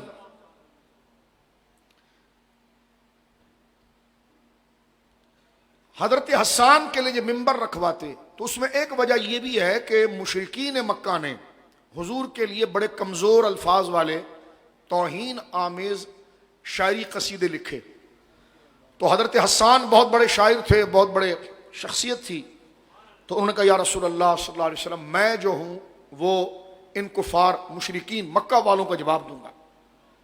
تو حضور علیہ الصلوۃ والسلام نے حضرت حسان کو کہا کہ نہیں، ان میں تو میرے خاندان کے لوگ بھی ہیں، یہ بخاری میں کتاب المناقب میں بھی ہر جگہ۔ فرمایا حسان، تم مشرکین مکہ جو مکہ والے ہیں ان پر تو بات کرے گا تو پیچھے سے تو خاندان ہمارا ہی ہے، تو اگر کوئی بات کر دے گا ان کے نسب کے اوپر تو وہ تو گندے ہیں، لیکن اگر تو نسب پر بات کرے گا تو بات میری طرف آئے گی، اور تو ہے انصاری، انصار ہے، اہل مدینہ ہے، تجھے نہیں پتا کہ قریش میں میرا خاندان کون سا ہے اور ان سے میری خاندانی تعلق کیا ہے، تو حضور نے فرمایا ادھر آؤ، ایسا کرو تم ابو بکر کے پاس جاؤ۔ ابو بکر سے پہلے میرے پورا فیملی ٹری، میرے پورے خاندان کو لکھ اور سمجھ، اور پھر جب تو حملہ کرے گا نا اپنے اشعار میں، وہ حملہ کیسا ہوتا تھا آگے آئے گا بھی۔ جب تو اشعار میں حملہ کرے گا نا مشرکین پر، میرے کچھ صحابہ میدان میں تلواروں کے ذریعے حملہ کریں گے۔ آج لوگوں کو یہ بھی فکر ہے کہ اسلام تلوار سے نہیں پھیلا، میں نے کہا بالکل اس کا بھی دخل ہے۔ جب انگریز کے بم کو برداشت کر سکتے ہو تو احسن اور درندوں کو اور فتنے کو ختم کرنے کے لیے تلوار کا استعمال اس وقت ہوتا ہے، تو اس کو قبول کرنے میں کیا حرج ہے؟ باقاعدہ چیپٹر لکھ دیے جاتے ہیں کہ حضور علیہ الصلوۃ والسلام اسلام جو ہے وہ تلوار سے نہیں پھیلا ہے۔ بالکل اسلام، آپ اس کا پرپس بتائیے نا، تو یہ سارا ہندوستان جو گورے نے قبضہ کیا تھا تو پھول دے کر کیا تھا۔ یہ جو فلسطین پر اسرائیل قبضہ کر رہا ہے، یہ مٹھائی کھلا کر رہا ہے، یہ مار کر رہا ہے۔ تو حضور نے تلوار اٹھائی، آپ کے غزوات ہیں، آپ کے صحابہ شہید ہوئے ہیں، اور وہ غزوات کسی نیک آدمی، کسی امن پسند آدمی پر ہاتھ نہیں اٹھانا تھا، بلکہ فتنے کی سر کو بھی کرنا تھا کہ جیسے بدن کے اندر کوئی جسم کا ٹکڑا سڑ جائے اور ایک انسان دوست ڈاکٹر یہ کہے کہ تم میرے مریض ہو اور مجھے تمہارے نام سے غرض نہیں ہے لیکن تمہاری جان سے غرض ہے، تم یہ حصہ کاٹ کر نکلوا دو تمہاری جان بچ جائے گی، تو انہی کو کاٹا گیا جن کے کاٹنے سے انسانیت بچی۔ مشرکین نے جب حضور سید عالم کے خلاف ہجو کی ہے اور یہ بات کی ہے تو حضور نے فرمایا حسان دیکھو تم اہل مدینہ ہو، تمہیں پتا نہیں ہے کہ اس میں میرا خاندان کون سا ہے، اور تم کوئی اشعار لکھ دو وہ اوپر میرے بزرگوں کی طرف چلا جائے تو یہ ان کی ہجو کرنے میں کہیں اہانت نہ ہو جائے۔ تو کہنے کہ حضور ہاں یہ بات تو ہے۔ فرمایا تم ابو بکر کے پاس جاؤ، سیدنا ابو بکر کو بلایا، فرمایا ان کو سب سکھاؤ۔ حضرت ابو بکر صدیق رضی اللہ عنہ نے، کیونکہ وہ بھی قریشی حضور کے خاندان کے ہیں، اوپر جا کر خاندان ایک ہی ہے، قریشی ہے، ٹھیک ہے، یہ آج کے تفضیلیوں نے کوئی ایک نیا دھرم نکالا ہے، لیکن اوپر اگر آپ دیکھیں تو حضرت عمر بھی قریشی ہیں، حضرت عثمان بھی قریشی ہیں، خاندان تو ایک ہی ہے۔ بنو امیہ کا نام لو تو ایسا لگتا ہے جیسے راکٹ لگا دیا کسی نے ان کے پیچھے۔ بنو امیہ حضور کے چچزاد ہیں، شادیاں ہوئی ہیں آپسوں میں، حضرت عثمان بنو امیہ ہیں۔ تو یہ جو غلاظت یہ پھیلا رہے ہیں، سنی بچوں کو متاثر نہیں ہونا چاہیے۔ ہاں بنو امیہ میں اگر یزید آ گیا ہے تو کیا بنو ہاشم کے اندر ابو لہب نہیں آیا؟ تو اس سے تھوڑی یہ ہو جاتا ہے۔ تو لہٰذا یہ کہ بنو امیہ کے نام کو ایسا چھوٹ سمجھنا، ابھی بھی دیکھو بستر پر اچھل رہے ہوں گے اس نام پر، لیکن جب اپنے آپ کو سنی ثابت کرنا ہوگا نا ان کو تو حضرت عثمان کی بھی تعریف کریں گے۔ تو میں نے کہا ساتھ میں یہ بھی بولنا کہ حضرت عثمان بنو امیہ سے تھے، سیدہ ام حبیبہ بنو امیہ سے تھی، سرکار نے اپنے دور میں 80% وزارت بنو امیہ کو دی۔ تو تیرے دھرم ایرانی مذہب کو مانے، ہم یار سرکار کے مدنی مذہب کو مانے۔ ہاں توجہ کرنا۔ اس سے پتا چلا ہمارے علماء نے لکھا کہ علم الانساب جو انتہائی مشکل علم ہے، خاندانوں کا علم، برادریوں کا علم انتہائی مشکل ہے، اس میں سب سے بڑے عالم حضرت ابو بکر تھے۔ اب حضرت حسان نے قصیدہ تیار کیا، اب پڑھ رہے ہیں۔ سرکار دو عالم، قصیدہ بردہ شریف کو ذہن میں رکھیے، سرکار دو عالم صلی اللہ علیہ وسلم کا عمل ہے یدعو لحسان ممبرا فی المسجد یقوم علیہ قائما۔ آپ مسجد میں رسول اللہ صلی اللہ علیہ وسلم گاہے گاہے، یوں سمجھیے ہفتہ وار، مہینہ وار، جب موقع ملے، جب سرکار کا دل چاہے کا ممبر لگاؤ اور کرو میری تعریف۔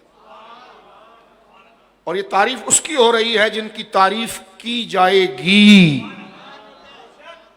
میں کہوں ہماری تعریف کریں تو ہمیں 10 عیب ہیں، یہ ہمارے لیے کبر اور معیوب ہے، اور جو محمد ہو، اور محمد کون صلی اللہ علیہ وسلم، هو الذی یحمد حمدا بعد حمد، محمد اس کو کہتے ہیں صلی اللہ علیہ وسلم جس کی تعریف یک بعد دیگر بار بار کی جائے، بندے ختم ہو سکتے ہیں، محمد کی تعریف ختم نہیں ہو سکتی صلی اللہ علیہ وسلم، کیونکہ محمد کہتے ہی اس کی ہے جس کی تعریف کبھی ختم ہی نہ ہو۔ اس لیے حضرت حسان نے ایک شعر یہ بھی پڑھا تھا کہ ہوا حامد وذاک محمود، اللہ حامد ہے اور حضور محمد ہے۔ بلکہ شعر یہ کہ وہ شق لہو، یہ شعر اس طرح تھا جس کا میں ترجمہ بتاتا ہوں۔ ایک شعر حضرت حسان نے حضور کی شان میں پڑھا کہ یا رسول اللہ آپ کی شان یہ ہے کہ اللہ نے اپنے نام سے آپ کا نام نکالا، اپنے اسم سے، وہ شق اپنے اسم سے آپ کا اسم نکالا کہ وہ حامد ہے اور آپ محمود ہیں، دونوں کا مادہ اشتقاق حمد بنتا ہے۔ حمد ہی سے حامد ہے اس میں فاعل، اور حمد ہی سے محمود ہے اس میں مفعول۔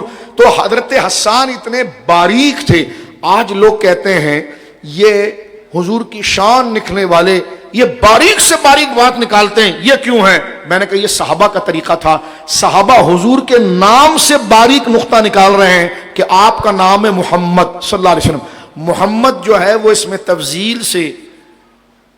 تفضیل سے محمد اس میں مفعول ہے، اور یہ وصفیت اسمیت سے وصفیت کی طرف پھیرا گیا ہے، اور محمد بنائے حمد سے اور حامد بنائے حمد سے، اور حمد ہی اس کا مادہ مشتق ہے۔ تو حضرت حسان نے یہیں سے بات کو پکڑ کے فرمایا کہ اصل تو حمد ہے، اللہ نے اسی سے اپنے ہی نام سے آپ کا نام نکالا کہ وہ حامد ہے اور آپ محمود ہیں۔ جیسے سورہ بنی اسرائیل میں فرمایا عسیٰ ان یبعثک ربک مقاما محمودا، محمود کا معنی ہوتا ہے تعریف کیا ہوا، جس کی واہ واہ کی گئی، اور حامد کا معنی ہوتا ہے تعریف کرنے والا، اور جس کی جا رہی ہے وہ ہوتا ہے محمود۔ اور سورہ بنی اسرائیل میں اللہ نے اپنے محبوب سے فرمایا، جس طرح یہاں حضرت حسان جو ہے مشرکین کی بکواس کا جواب دے رہے ہیں، یہ خدا کی سنت ہے۔ مشرکین جب حضور پر بکواس کرتے تھے تو رب قرآن میں جواب دیتا تھا، جس طرح انہوں نے کہا انک لست مرسلا، آپ رسول نہیں ہیں، اللہ نے فرمایا یاسین والقرآن الحکیم انک لمن المرسلین، یہ جواب دیا۔ یہ جملہ مشرکین کا تھا، انک لست مرسلا، معاذ اللہ آپ رسول نہیں ہیں۔ یہ کافروں نے کہا انک لست مرسلا، آپ رسول نہیں ہیں۔ اللہ نے سورہ یاسین میں جواب دیا یاسین والقرآن الحکیم، اے سید و سردار ہمیں اپنے عظیم قرآن کلام کی قسم۔ اللہ دیکھیں، رب کا مقام دیکھیں، حضور کی شان دیکھیں، جب یہ جملہ کہا گیا ان کی طرف سے کہ انک لست مرسلا، آپ رسول نہیں ہیں، اللہ نے یہ نہیں کہا کہ آپ رسول ہیں، جلال یہ کہ رب قسم اٹھاتا ہے والقرآن الحکیم، ہمیں حکمت والے قرآن کی قسم ہے، انک لمن المرسلین، انا بے شک تاکید کے لیے آیا، مرسلین کے اوپر لام تاکید آیا، فرمایا والقرآن الحکیم انک لمن المرسلین، بے شک ضرور آپ اللہ کے رسول ہیں۔ جواب کا انداز آپ دیکھیے کیسا ہے، جواب کا انداز کیسا ہے، یہ مقام اسی وجہ سے قصائد لکھے گئے ہیں، اسی شان کو اور اسی عقیدے کو محفوظ رکھنے کے لیے فرمایا انک لمن المرسلین، ضرور آپ رسولوں میں سے ہیں، اور انا بھی ذکر فرمایا۔ یہی طریقہ دیکھیں حضرت حسان کا بھی ہے۔ حضرت حسان کے بارے میں کہ منبر پر حضور ان کو کھڑا کرتے، کان النبی یدعو لحسان منبرا فی المسجد یقوم علیہ قائما یفاخر عن رسول اللہ، اور وہ حضور کا بیان، حضور کی بڑی شان فخر والی وہ بیان کرتے تھے۔ اور میری ماں کہتی او قالت، اور سیدہ عائشہ صدیقہ رضی اللہ تعالی عنہا یہ کہتی ہیں کہ حضور علیہ الصلوۃ والسلام کی شانوں کو آپ بیان کرتے تھے، اور ساتھ میں ینافح عن رسول اللہ، حضور کی طرف سے دفاع بھی کرتے تھے اور جواب دیتے۔ وَيَقُولُ رسول اللہ، اور جب وہ پڑھ رہے ہوتے تھے تو سرکار یہ کہتے تھے ان اللہ یؤید حسان بروح القدس ما یفاخر او ینافق عن رسول اللہ، حسان جب تک میری بڑائی بیان کرتا ہے، حسان جب تک میرے دشمنوں کے خلاف بولتا ہے، اللہ جبریل کے ذریعے اس کی مدد کرتا ہے۔ یہ حضور فرما ان اللہ ان اللہ یؤید حسان بروح القدس، اللہ جبریل کو بھیجتا ہے کہ حسان کے ساتھ کھڑا ہو اور حسان کی مدد کر. کب تک مدد کر؟ ما یفاخرو او ینافحو عن رسول اللہ، جب تک حسان حضور کی بڑائیاں بیان کر رہا ہو. تیرے تو وصف عیب تنائی سے ہے بری، سرور کہوں کہ ماں، ایک کے بعد ایک ایک بڑائی. سرور کہوں کہ مالکو مولا کہوں تجھے، باغ خلیل کا گل زیبا کہوں تجھے. اللہ رے تیرے جسم منور کی تابشیں، اے جانے جانے جانے تجلا کہوں تجھے. تیرے کتنی بڑائیاں بیان کریں، تیرے تو وصف عیب تنائی سے ہیں بری. حیراں ہوں میرے شاہ میں کیا کیا کہوں تجھے. سرور کہوں کہ مالکو مولا کہوں تجھے، باغ خلیل کا گل زیبا کہوں تجھے. وہ کمال حسن حضور ہے. الفاظ دیکھیں، یہ نعت تو ہے، اس طرز میں نہ اتریں، لفظوں کو سمجھے. کیا وہ کمال، کیا کمال ہے حضور کا. اب دیکھیں بڑائی کی طرف آ رہے ہیں اعلیٰ حضرت. یہ فیضان حضرت حسان کا، یفاخر، اب فخر کر رہے ہیں حضور کی بڑائی. وہ کمال ہے، کیا کمال ہے. فرما وہ کمال حسن حضور ہے. حضور کی خوبصورتی کا کمال کیا. فرما وہ کمال حسن حضور ہے کہ گمان نقص جہاں نہیں. وہ کمال ہے، بس بیان کرتے رہو، وہاں نقص کا گمان ہی نہیں ہے. وہی پھول خار سے دور ہے. حسن حضور کا بیان ہو رہا ہے. حسن کی تعبیر دنیا میں گلاب کے پھول سے ہوتی ہے، لیکن اس تک پہنچنے میں کانٹے عیب لگا دیتے ہیں. حسن کی تعبیر شمع سے ہوتی ہے، لیکن دھواں جو ہے وہ تنفر اور گھن پیدا کرتا ہے. لائے ہیں انہی دو چیزوں کو کیونکہ کمال استعارے کے لیے. فرمایا وہ کمال حسن حضور ہے کہ گمان نقص جہاں نہیں. وہی پھول ہیں کہ خار سے دور ہے، وہی شمع ہے کہ دھواں نہیں. یعنی میں اپنی زبان میں جو اس عصر میں اعلیٰ حضرت نے جو کلام لکھا، اس سے یہ سمجھ میں آ رہا ہے کہ حضرت حسان کتنا اونچا پڑھتے تھے. جو یہ الفاظ جہاں سے یہ فیضان آ رہا ہے، اصل تو حضرت حسان ہے. اور یہ الفاظ دیکھیں کہ فرماتے یفاخرو او ینافق عن رسول اللہ. جب تک حسان، حضور فرماتے میری واہ واہ کرتا ہے، اور جب تک حسان میرے دشمنوں کو اپنے اشعار میں آڑے ہاتھ لیتا ہے. دشمن احمد پہ شدت کیجئے، ملحدوں کی کیا مروت کیجئے. آڑے ہاتھ لکھتا ہے، تیری جنت سے تو کچھ چھینا نہیں، خلد میں پہنچا. تیری دوزخ سے تو کچھ چھینا نہیں، تیری دوزخ سے تو کچھ چھینا نہیں، خلد میں پہنچا رضا. پھر تجھ کو کیا، کل کے رضا ہے خنجرے خون خوار برقبار. یہ وہ ہے ینافح، دشمن پر حملہ کرنے کا انداز. کل کے رضا ہے خنجرے خون خوار برقبار. یہ میرا قلم جو حضور کی شان لکھ رہا ہے نا، کل یہی خون خوار ہے. آدھا سے کہہ دو کہ خیر منائے اور نہ شر کریں. یہ وہ طریقہ ہے دشمن کے اوپر حملہ کرنے کا، دشمن کے اوپر حملہ کرنے کا. ینافق فرمایا کہ ان اللہ یؤید بروح القدس ما یفاخر او ینافق عن رسول اللہ. جب تک حسان میری بڑائی بیان کرتا ہے اور اپنے اشعار کے ذریعے، اپنی سریلی آواز کے ذریعے اور قیمتی الفاظوں کے تیر مارتا ہے مشرکین پر، تو جبریل اس وقت تک اس کے ساتھ کھڑا ہوتا ہے.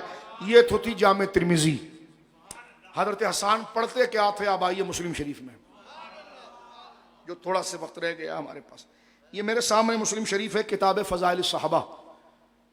فضائل الصحابہ میں امام حضرت حسان کا، جہاں پر حضرت امام مسلم رضی اللہ عنہ جو اہل سنت کے کتب احادیث میں ہمارا مرجع اصل ہے بخاری کے ساتھ، آپ نے کتاب فضائل الصحابہ کے اندر حضرت حسان ابن ثابت رضی اللہ تعالیٰ عنہ کا ذکر کیا ہے. اس میں ذرا سنیے. اور یہ دونوں جگہ ہماری مائیں بیان کر رہی ہے، حضرت عائشہ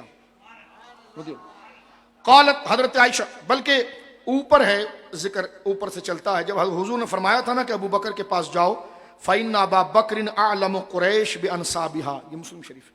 کیونکہ ابو بکر جو ہے وہ قریش کے سارے خاندانوں کو جانتا ہے. اور جا، حضرت حسان نے کیا جواب دیا، ذرا توجہ رکھنا. جب حضور نے فرمایا تھا نا کہ تو جا ابو بکر کے پاس اور ابو بکر صدیق تجھے بتائیں گے کہ کیونکہ ہمارے سارے قبیلے جڑے ہوئے ہیں ایک دوسرے کے ساتھ، تو تو نے مجھے کیسے نکال کر بیان کرنا ہے، یہ طریقہ تیرے کو ابو بکر بتائے گا،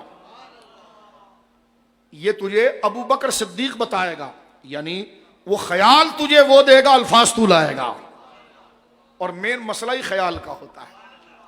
الفاظ تو آتے ہیں لیکن یہ صدیق اکبر کا فیضان ہے کہ خیال صدیق اکبر ڈال رہے ہیں کہ دیکھ یہ رہا، یہاں رہنا یہاں نہیں جانا،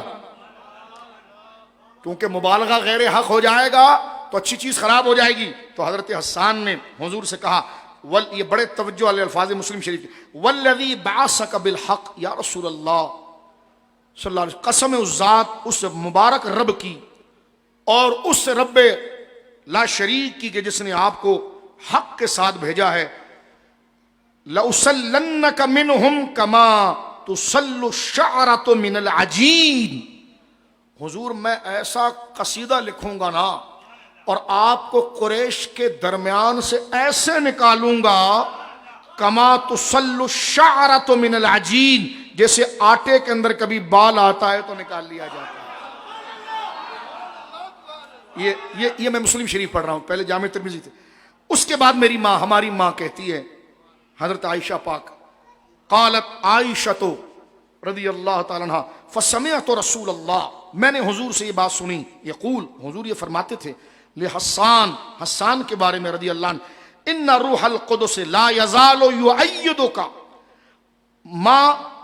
ما نافحت عن اللہ ورسولہ، فرمایا کہ حضرت عائشہ کہتی ہیں کہ رسول کریم یہ فرماتے ہوئے سنا کہ جب تک تم اللہ اور رسول کی طرف سے جواب دیتے رہو گے تو روح قدس تمہاری تائید کرتا رہے گا۔ پتا چلا اس صوفیت کا کوئی فائدہ نہیں کہ بات اللہ کے خلاف ہو جائے، بات رسول کے خلاف ہو جائے اور صوفی صرف دھاگے کھینچ رہا ہو اور اس کی رگے غیرت نہ جاگے، تو یہ بےغیرتی ہے، یہ صوفیت نہیں ہے۔ صوفیت یہ ہے کہ جب اسلام، رسول اللہ اور پھر آپ کے صدقے آپ کے صحابہ و اہل بیت، یہ اسلام کے کسی اقدار پر بات آئے تو اصل صوفیت اور ولایت روحانیت یہ ہے کہ بندے کی رگے غیرت بھڑک جائے اور وہ بستر کو ترجیح نہ دے، جواب دینے اور حملہ کرنے کو ترجیح دے۔ نہیں، ہمارے پیر کسی کے خلاف نہیں بولتے۔ تو میں نے کہا جو خود شیطان کا مرید ہوا ہے وہ کس کے خلاف بولے گا؟ جو رسول اللہ کا مرید ہوتا تو حضرت حسان کے راستے پر چلتا۔ یہ ڈبہ پیروں نے بھی قوم کا ستیہ ناش کر دیا ہے، قوم سے جہاد کے جذبے نکالے، قوم سے حقانیت کے بیان کو نکالا، قوم سے حق بولنا نکالا کہ اس پنڈت کے آگے لگے رہو سارا کام رہے گا، یہ پنڈت خوش ہے تو جنت۔ میں نے کہا پنڈتوں کے ہاتھ چومنے سے جنت نہیں ملتی، اللہ والوں کے ہاتھ چومنے سے ملتی ہے، اور اللہ والا وہ ہوتا ہے جس کو غصہ بھی اللہ کے لیے، رسول کے لیے آتا ہے، پیار بھی اللہ رسول کے لیے آتا ہے، اور جس کو اس کو ذرا سے چھیڑ دو تو جناب وہ کہے آپ نے ہمارے پیر کے خلاف کہا۔ میں نے کہا گاربیج باکس میں جائے ایسے پنڈت پیر جن کو چھیڑو تو تم مریدوں کو غصہ آتا ہے، اور ختم نبوت کے خلاف، ناموس رسالت، وہ ناپاک خاکے، اسلام کے خلاف سازشیں، لبرلزم، سیکولرزم، ایتھسٹزم کی بھرمار، فحاشی پھیلی ہوئی ہے اور کسی کی رگے غیرت نہیں جاگتی۔ اور میں یہ کہنا چاہتا ہوں، جس طرح، برا میری بات کا نہ مانے، ان 12 دنوں میں جس طرح رسول اللہ کی میلاد کے خلاف پوسٹیں چلی ہیں نا، میں ان سے کہتا ہوں تھوڑا سے گریبان میں جھانکو، کبھی اتنا زور تم فحاشی کے خلاف لگاتے، ججوں کے غلط فیصلے کے خلاف لگاتے، اسی سپریم کورٹ نے ٹرانسجنڈر کے مسئلے پر جو بدترین فیصلہ دیا تھا اور ہم جنس پرستی کی طرف گویا کہ اشارہ اور فحاشی کی تعریف، کتنی پوسٹیں چلی۔ اسی صوبہ سندھ کے وزیر اعلیٰ نے جب مندر میں جا کر مورتی کی پوجا کی تھی تو کتنی جماعتوں نے حق بیان کیا تھا خدا کی توحید کے لیے۔ آج تمہارا بچہ نیچے کومنٹس کر رہا ہے 12 نہیں ہے، 13 ہے، نہ تو 14 ہے، جھنڈا نہیں ہے تو چراغا نہیں ہے، فلانا نہیں ہے۔ میں نے کہا جتنا زور تم نے یہاں پر لگایا، گریبان میں جھانک کر دیکھو، تمہیں محبت شریعت سے نہیں، شریعت سے ہوتی تو تم کاس پر زور لگاتے، تم نے حضور کے خلاف بات کر کے بتا دیا، تمہیں مس گائیڈ کیا گیا ہے۔ آؤ حضرت حسان کو دیکھو کہ ایک صحابی کے ماننے والا حضور کے عشق میں کیسی غیرت کا مظاہرہ کرتا ہے۔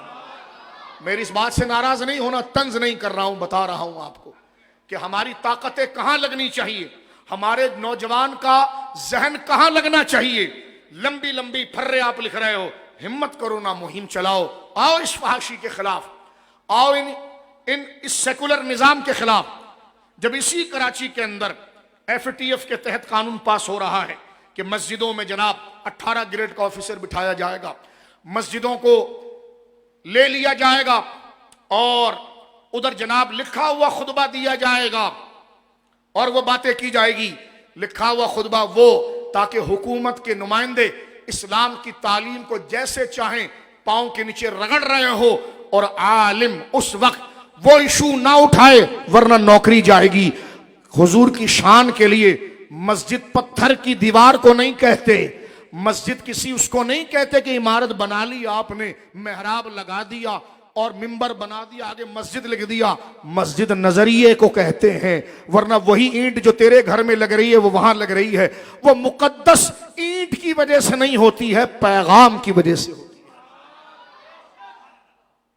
ایسی سرکاری مسجدوں کو کیا کرو گے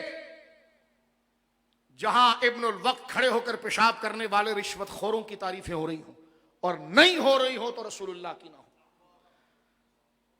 ان کی تنظیموں کی تعریف ہو رہی ہو، سر عام صحابہ کے خلاف بک بک کی جا رہی ہو، دفاع صحابہ میں کوئی بات نہ ہو رہی ہو، دفاع اہل بیت میں کوئی بات نہ ہو رہی ہو، اخلاق پر بات نہ ہو رہی ہو۔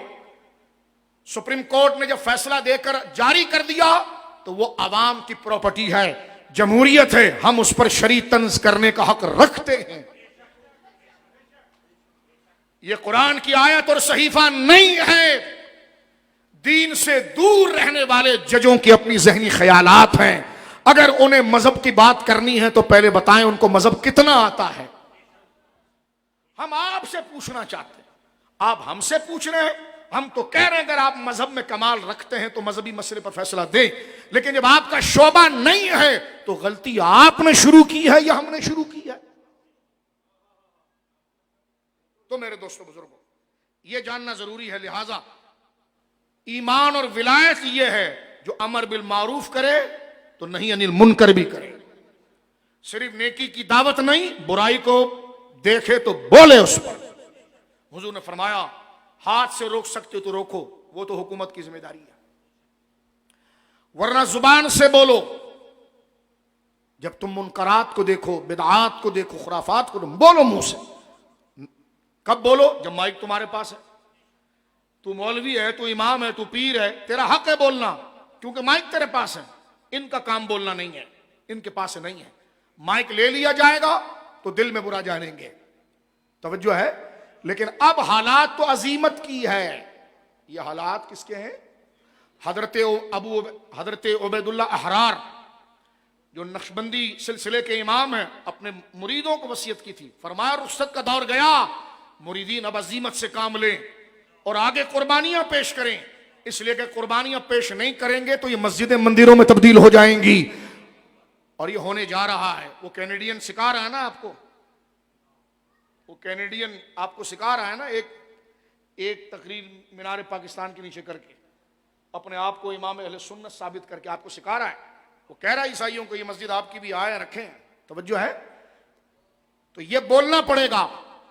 گوجرا کے اندر اگر چرچ جلا، چیف جسٹس بھی پہنچے، چیف آرمی نے بھی بات کی، سب نے بات کی، لیکن کل جو ربیع الاول شریف میں مستنگ کے اندر علماء کو شہید کیا گیا، اب ہم یہ تقاضا کرتے ہیں چیف صاحب وہاں پر پہنچیے آپ۔ 2 دن میں چرچ بن گیا، توجہ ہے۔ یہاں پر ایسا نہ ہو کہ احساس کمتری کی طرف جائے۔ چیف جسٹس پہنچ ادھر، تجھے تو رونا آ رہا تھا نا، تجھے رونا آ رہا تھا، تجھے ان کے بدن جن کے ٹکڑے میدانوں میں پھیلے ہوئے تھے، ان کو دیکھ کر بھی ہم تیری کوئی ویڈیو دیکھنا چاہتے ہیں کہ آپ رو رہے تھے۔ ہم کوئی مذہبی جنون نہیں، ہم آپ عدالت کی سیٹ پر بیٹھے ہیں، ہم رعایا کے لیے عدل چاہتے ہیں۔ امریکی آنکھ سے نہ دیکھو، خدا کی آنکھ سے دیکھو. جو غلط جہاں غلط ہوگا غلط ہے، جس قوم کے ساتھ ہوگا غلط وہ غلط ہے، لیکن جہاں آپ جیسا درد دوسرے کے لیے کریں. اور پہلے یہ تو بتا دیں ہمیں کہ جنا والا میں فتنہ شروع کس نے کیا تھا؟ اب تک تو فائلیں غائب ہے. یہ ہوائیہ ہو گیا تو ایک پلانٹڈ کام جو پلانٹ کیا گیا اس پر ماتمی رونا ہوا.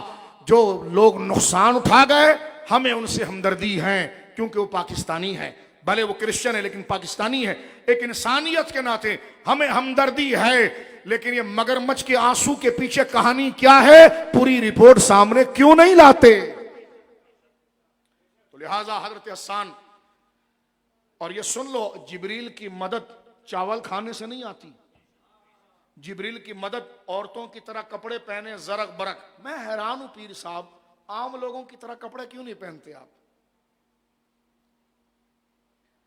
عام لوگوں کی طرح کپڑے پہنے نا، تاکہ ایک کوئی کبر نہ آئے. آپ آتے ہیں تو ایسا لگتا ہے کہ سارے شامیانے شہر کے ختم ہو گئے، وہ سارے کپڑے آپ نہیں پہنے، رنگ برنگی کالے پیلے نیلے گورے. بھائی ایک سمپل انسان ہو تم، شریعت بیان کرو. حضور سید عالم کا لباس مبارک ایسے ہی ہوتا تھا جیسے عام لوگ لباس پہنتے تھے، لیکن شرف و مقام میں وہ اعلیٰ تھا، وہ ایک الگ بات ہے. توجہ ہے. چلو اگر لباس آپ نے پہنا بھی ہے کہ آپ وقت کے مغل بادشاہ نظر آئیں اور بڑا سا تاج آپ پہنے، تو ہمت کریں نا، کبھی اس گدی کا حق بھی تو ادا کریں. اور اس گدی کا حق کیا ہے؟ رسول اللہ نے فرمایا کہ جبریل ایسے نہیں آتا.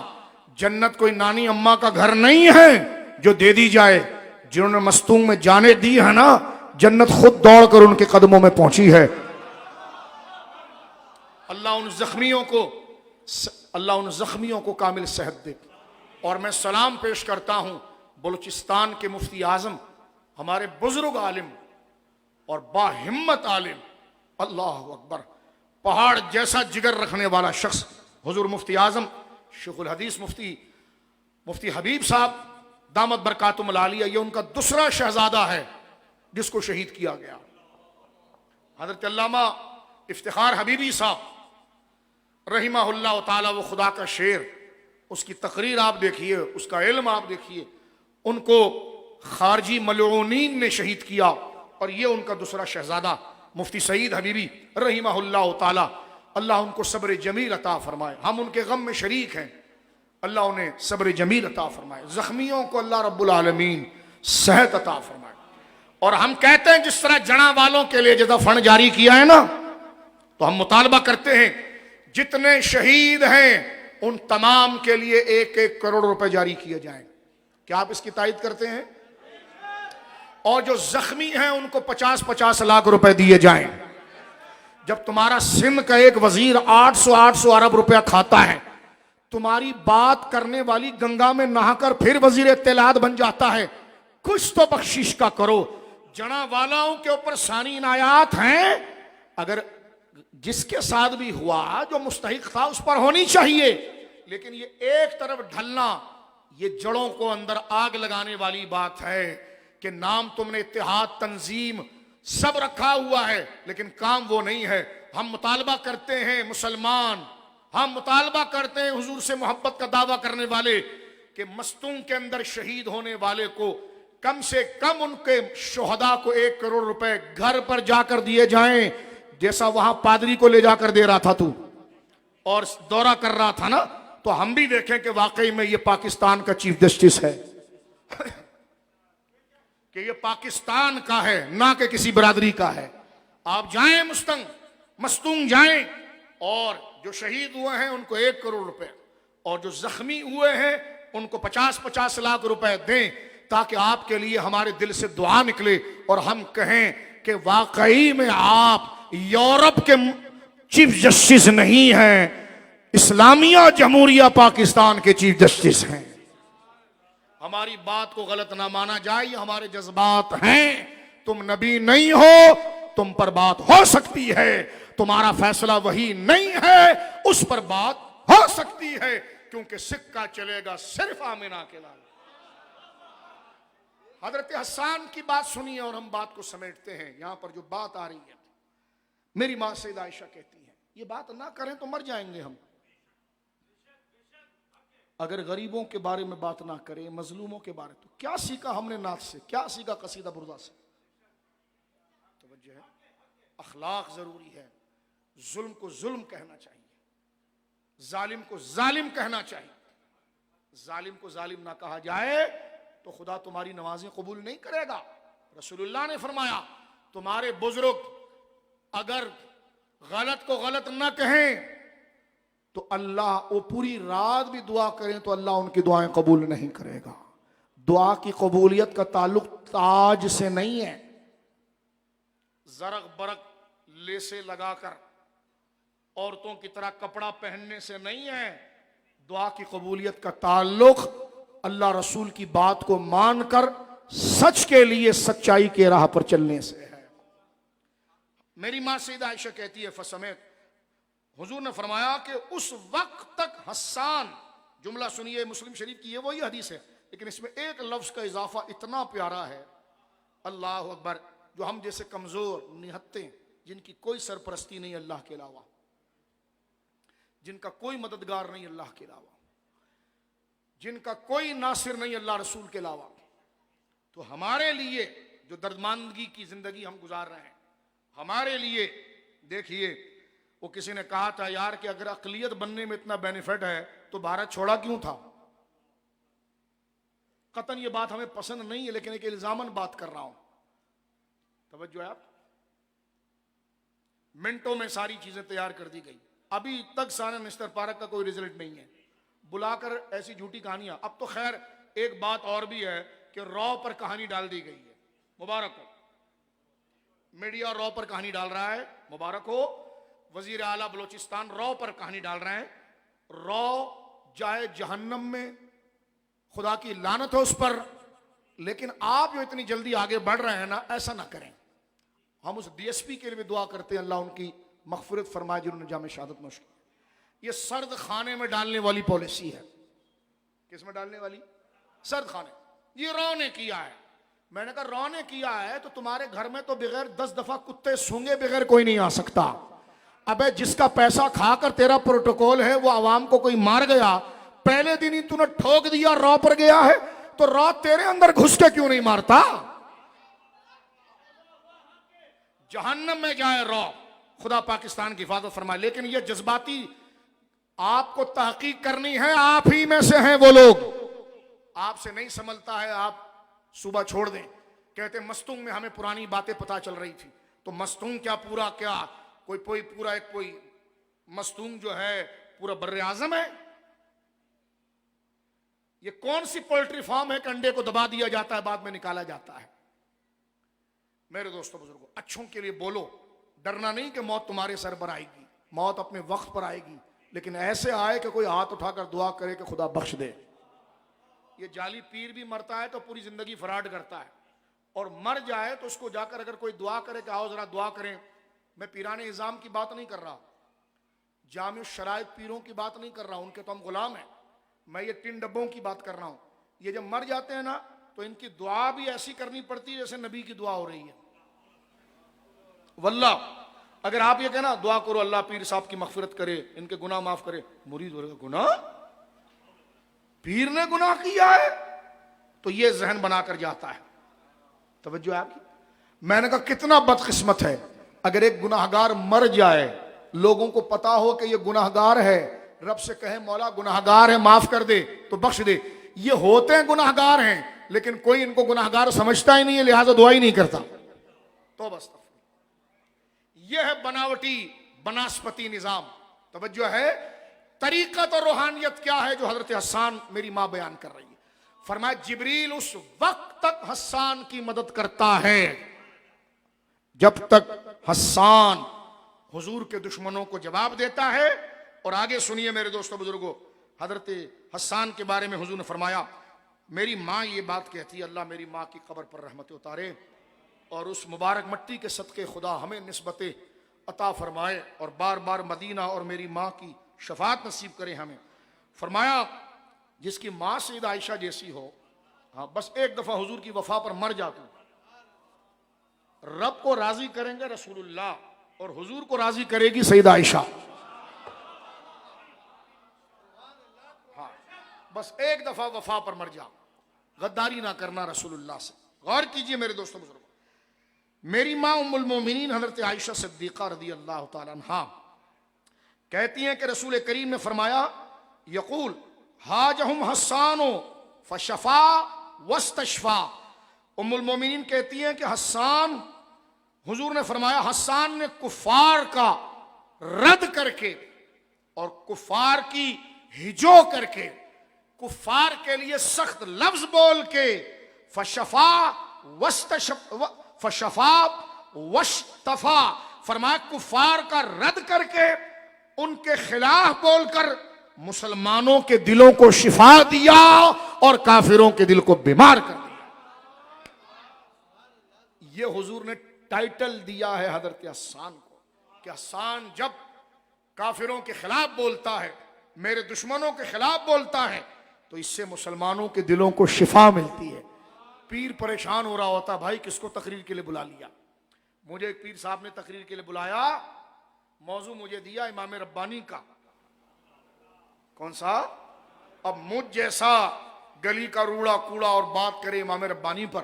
میں نے 3 دن لگا کر کتابوں کا مطالعہ کیا کہ بھائی درگاہ نقشبندی ہے اور پیر صاحب ایسے مضبوط آدمی ہیں کہ یہ آج اتنے لالچ کے دور میں بھی امام ربانی کو سننا چاہتے ہیں. امام ربانی کو سننا چاہتے ہیں. میں وہاں پہنچا, تقریر ابھی میں نے شروع کی, مجھے پتا نہیں تھا پیر صاحب نے ہر آئٹم کرسی پر بٹھائے ہوئے تھے, پورا اکبری سٹیج بنایا تھا. کوئی ملا فضل بیٹھا ہوا تھا, کوئی کیا تھا, جس سے مقابلہ کیا امام ربانی نے. اکثر میں بتاتا ہوں, ہم پہنچے امام ربانی کو بیان کرنے کے لیے, اسٹیج تو دربار بادشاہ اکبر کا لگ رہا تھا, ہر نسل کا بندہ بیٹھا تھا. ہم نے کہا بھائی بڑے بعد میں یہ ہمیں ماریں یا گولی ماریں, بیٹھے امام ربانی کے لیے, بات تو یہی کریں گے کہ ہند میں وہ سرمایہ ملت کا نگہبان. تقریر شروع کر کے 8 منٹ ہوئے تو پیر صاحب کے ایک عزیز ہمیں کان میں کہنے لگے, حضرت لنگر لیٹ ہو رہا ہے, تقریر تھوڑی مختصر کریں. میں نے کہا بیٹا یا تو مائک بند کر دے یا لائٹ بند کر دے, اب تقریر تو بند نہیں ہوگی جب تک امام ربانی کو سنائیں گے نہیں. یہ حال ہے. تو بھائی ان کے نام پر آستانہ کیوں بنایا تم نے؟ کیونکہ تمہارا تضاد پتا چل رہا ہے. کیونکہ مولوی صاحب جو بات بتا رہے ہیں وہ پیر میں نظر ہی نہیں آتی. مولوی صاحب بتاتے ہیں امام ربانی ایسے غیرت مند تھے, ایسے ایسے ایسے, اور دنیا کو پتا ہے کہ یہاں پیر صاحب ٹیشو پیپر ہیں, جو چاہے ان کو یوز کرتا ہے, اور یہ بڑے بہترین قسم کے چمڑے کے موزے ہیں, ہر پاؤں میں فٹ آتے ہیں, جیسی سیاسی تنظیم ہو پرفیکٹ آ جاتے ہیں پاؤں میں حالات. پیر صاحب نے لبادہ پیروں وانا رکھا ہے لیکن اندر سے پکے سیاسی ہیں. لبادہ اس لیے رکھا ہے تاکہ مذہب کا ٹچ ہو, لیکن نقصان میں اور آپ کس کا کر رہے ہیں. یہاں پر دیکھیں حضرت نبی پاک صلی اللہ علیہ وسلم نے یہ جملہ ارشاد فرمایا کہ حسان جو بات کرتا ہے اس کے ذریعے ہوتا کیا ہے.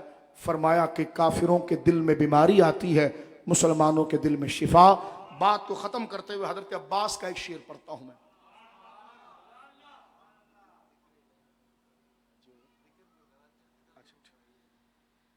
ورنہ جامع ترمذی شریف میں حضرت عبداللہ بن رواحہ جو بہت غیرت مند صحابی تھے, جوان بیٹھے ہیں, وہ بھری جوانی میں شہید ہوئے ہیں, اور بہت بڑے شاعر. اور شاعر آپ جانتے ہیں سارے ہمارے دوست ہیں, کوئی اپنے پیشے سے برا نہ مانے, وہ سارے ہمارے جیسے قصاب ہوتا ہے نا, قصاب, قصائی جس کو ہم کہتے ہیں, اچھا پیشہ ہے, کتنا بڑا پیشہ ہے. وہ اللہ کے نام پر ذبح کرتا ہے, جب جا کر ہمیں گوشت ملتا ہے.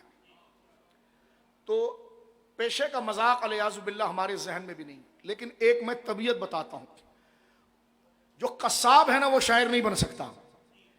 شعراء کے لیے حساسیت, نزاکت بہت چاہیے, کیونکہ جو شاعر ہے وہ تو کسی کو تھپڑ نہیں مار سکتا, تو جانور کیا ذبح کرے گا. اس کے لیے دل اور دماغ اور پختگی ویسی ہونی چاہیے. توجہ ہے, میں قریشی برادری میں امام بھی رہا ہوں اپنے بالکل جوانی کے ٹائم پر.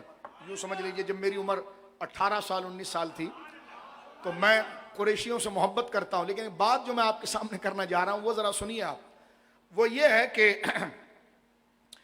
جو قریشی ہیں وہ ظاہر سی بات ہے قصائی ہیں، سخت مزاج ہیں، لیکن اللہ نے ان کو شرف دیا ہے کہ بسم اللہ اللہ اکبر کہہ کے ذبح کرتے ہیں تو سارے مسلمانوں کو حلال گوشت ملتا ہے. اور یہ کتنی بڑی عبادت ہے، ذبح کا حکم شریعت میں بہت ضروری ہے. علماء نے تو یہاں تک لکھا ہے کہ گوشت نظروں سے غائب بھی نہ ہو جائے. مسلمان کے ہاتھ سے ایک گوشت مثال کے طور پر کہیں سے آ رہا ہے، کاٹا مسلمان نے لیکن لائے گا غیر مسلم، تو مسلمان کے لیے کھانا جائز نہیں ہوگا. اتنا حساس مسئلہ ہے. مسلمان کے ہاتھ سے کٹے، مسلمان ہی کے ذریعے مسلمان تک پہنچے، یہ ذبیحہ کے مسائل ہیں. لیکن دیکھیے جانور کو کاٹنا، قربانی میں ایک دن کاٹتا ہے تو ہمارا بندہ ایک ہفتہ روتا رہتا ہے کہ میں نے اس بکرے سے پیار کیا تھا، یہ کیا تھا.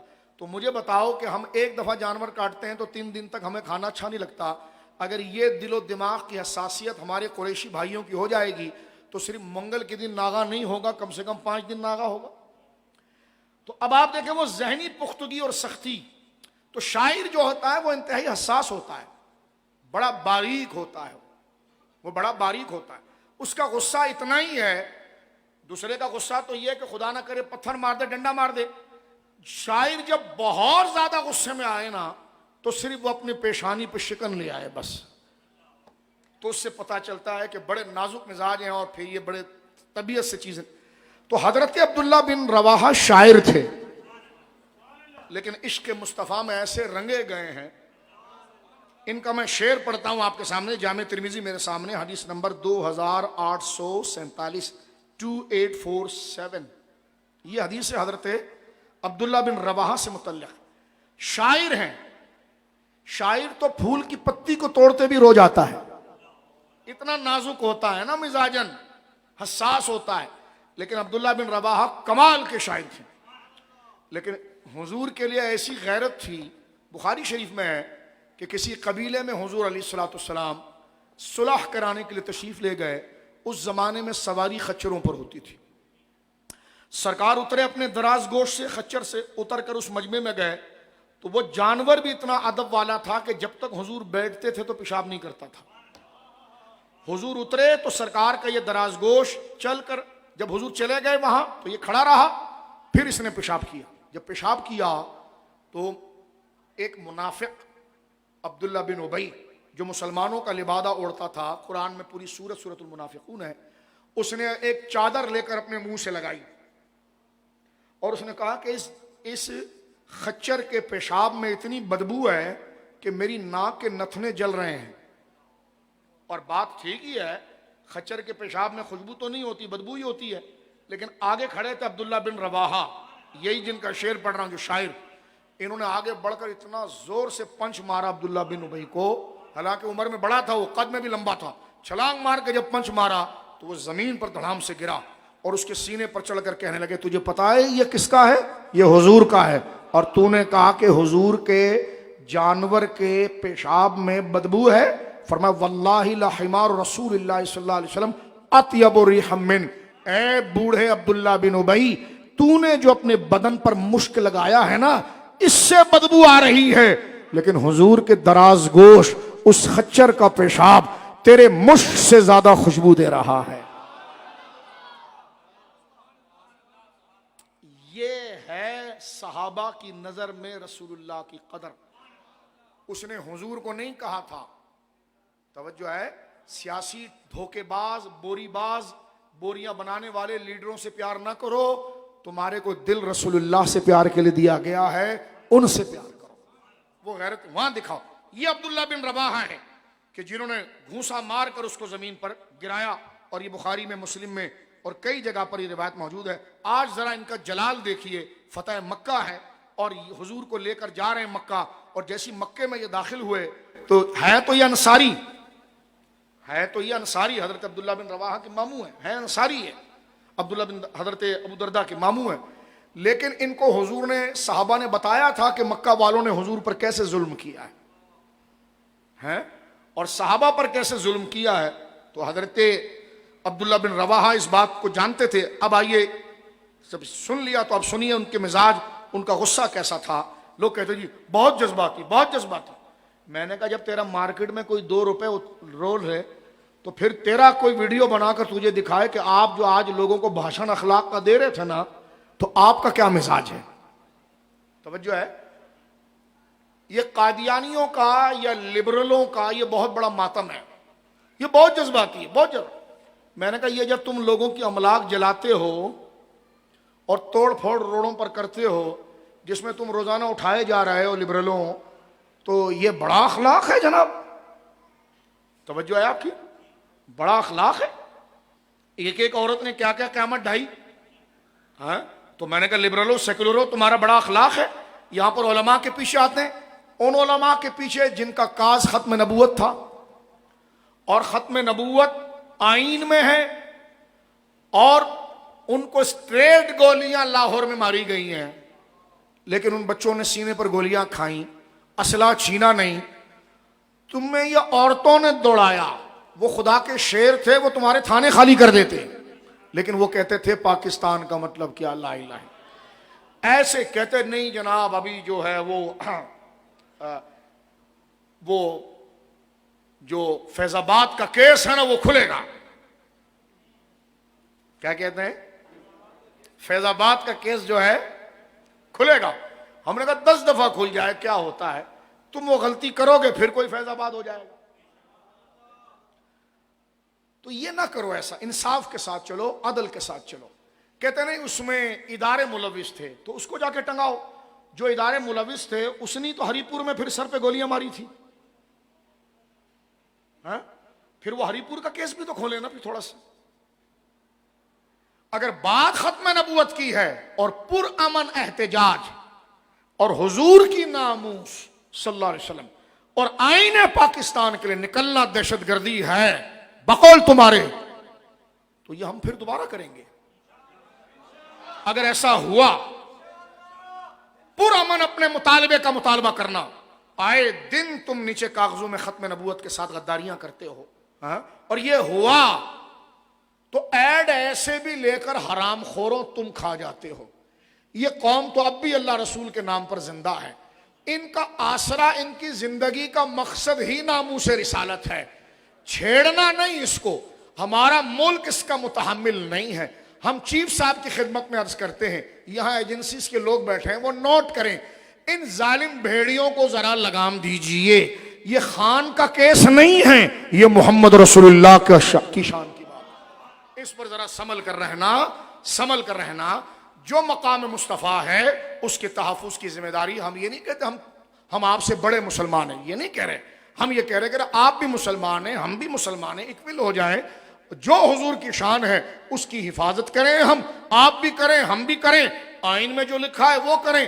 ہم کون سا ماورا آئین ایک مطالبہ کر رہے ہیں جو بھارت کا ہے، کر تو رہا ہوتا ہے، آئے دن حضور کی شان کے لیے نقص نکال رہا ہوتا ہے۔ اور اگر ایسا ہوا تو عوام تو نہ بجلی پر زندہ ہے کیونکہ وہ تو نہیں ہے، نہ پانی پر زندہ ہے وہ بھی نہیں ہے، نہ پیٹرول پر ہے اس میں بھی حال خراب ہے، عوام صرف اللہ رسول کے نام پر زندہ ہے۔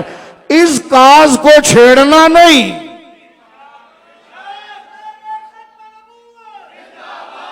ہم صرف یہ بات کرنا چاہتے ہیں۔ تو لہٰذا اب دیکھیں حضرت سیدنا عبداللہ بن رواحہ رضی اللہ تعالیٰ، اس کا یہ مطلب نہیں ہمارا کسی تنظیم سے تعلق ہے، ہمارا تعلق ختم نبوت سے ہے۔ اس میں ہمارے جذباتی بچے کہتے ہیں نہیں آپ نے فلاں تنظیم کی بات کر دی۔ میں نے کہا فلاں تنظیم کیا ہوتی ہے؟ ختم نبوت، اس کی بات جو کرے گا ہم اس کے ساتھ کھڑے ہو جائیں گے۔ حضور کی ناموس، صحابہ کے، تو بھی تو مذہبی تنظیم ہے نا، تو کیوں آپس میں لڑ رہا ہے؟ تو بھی کر لے بات، تو تیرے ساتھ کھڑے ہو جائیں گے۔ جو تیرا کام ہے وہ تو کر نہیں رہا، دوسرا اگر کر رہا ہے اس کی اگر ہم بات کر رہے ہیں تو ہم پر تھپا لگا رہا ہے، تو لگا، تیری مرضی ہے، جو اچھا ہوگا اس کا تھپا لگ جانا چاہیے، لیکن ہم کسی تنظیم کے نمائندے یہ حلف بردار نہیں ہیں، ہم خدا کے بندے ہیں اور رسول اللہ کے کلمے کا حلف لیا ہے کہ دہن میں زباں تمہارے لیے، بدن میں ہے جان تمہارا۔ حضرت عبداللہ بن رواحہ رضی اللہ تعالی عنہ، حدیث کے الفاظ ہیں جامع ترمذی حدیث نمبر 2847، ان النبی صلی اللہ علیہ حضرت انس بن مالک ان النبی دخل مکہ فی عمرۃ القضاء، یہ حجۃ الوداع کا نہیں ہے، عمر قضاء کا ہے۔ حضرت انس کہتے ہیں نبی پاک صلی اللہ علیہ وسلم مکہ میں داخل ہوئے عمرہ قضا میں، پتہ ہے نا عمرہ قضا جو صلح حدیبیہ کے بعد، وہ عبداللہ بن رواحہ بین یدی یمشی وهو یقول، حضور سے آگے پروٹوکول کے ساتھ چل رہے تھے حضرت عبداللہ بن رواحہ رضی اللہ تعالی عنہ، اور آپ کافروں کو دیکھ کر کہہ رہے تھے خلو بنی کفار عن سبیلہ الیوم ندربکم علی تنزیلہ، یہ آپ نے شعر فرمایا اے کفار کی اولاد، اولاد کفار، آپ صلی اللہ علیہ وسلم کا راستہ آگے سے چھوڑ دو، فرمایا خلو بنی الکفار عن سبیلہ، میرے آقا آ رہے ہیں، اے کافرو راستہ چھوڑو، اور مصرع دیکھیں خلو بنی الکفار عن سبیلہ الیوم ندربکم علی تنزیلہ، فرمایا اے اولاد کفار میرے نبی کا راستہ چھوڑ دو، آج ہم تمہیں ورنہ حکم قرآن کی طرح تمہاری پٹائی لگائیں گے جیسے قرآن نے تمہارے لیے رکھا ہے۔ آگے فرماتے ہیں ضربن یزیل الحام عن مقیلہ ویزہل الخلیل عن خلیلہ، فرمایا اے اولاد کفار نبی مکرم صلی اللہ علیہ وسلم کا راستہ چھوڑ دو، آج ہم تمہیں حکم قرآن کی مار ماریں گے، اور ایسا ماریں گے جو کھوپڑی کو اپنی جگہ سے دور کر دے گی اور دوست کو دوست سے جدا کر دے گی۔ یہ جملہ کس کا ہے؟ عبداللہ بن رواحہ، کس کے سامنے؟ رسول اللہ کے سامنے۔ حضرت عمر نے جب یہ سنا کہ جملہ جو ہے عبداللہ بن رواحہ اتنا سخت بول رہا ہے، فقال عمر یا ابن رواحہ، حضرت عمر نے کندھا پکڑ کے کہا اے ابن رواحہ کیا کر رہا ہے؟ بین یدی رسول اللہ صلی اللہ علیہ وسلم وفی الحرم تقول الشعر، فرمایا حرم میں داخل ہو گیا ہے، تو حرم میں آ گیا ہے اور حضور تیرے سامنے، اور تو یہ شعر کہہ رہا ہے؟ سرکار نے فرمایا فقال رسول اللہ خل عنہ عمر، عمر پیچھے ہٹو، اے رواحہ پھر بول، اے عبداللہ بن رواحہ پھر بول ان کو کہ رسول آ رہے ہیں، اے اولاد کفار راستہ چھوڑ، ورنہ تمہارا وہی حال کریں گے جو قرآن میں لکھا ہوا ہے، تلوار کی ضرب ایسی لگے گی کہ کھوپڑی سے پار جائے گی، دوست دوست سے جدا ہو جائے گا۔ سرکار نے فرمایا خل عنہ یا عمر فلہی عصرہ فیہم ندح النبل، فرمایا اے عمر پیچھے ہٹ جا، اور یہ اشعار جو میرا عبداللہ بن رواحہ پڑھ رہا ہے یہ کفار کے دلوں میں تیر کی طرح گھس رہا ہے۔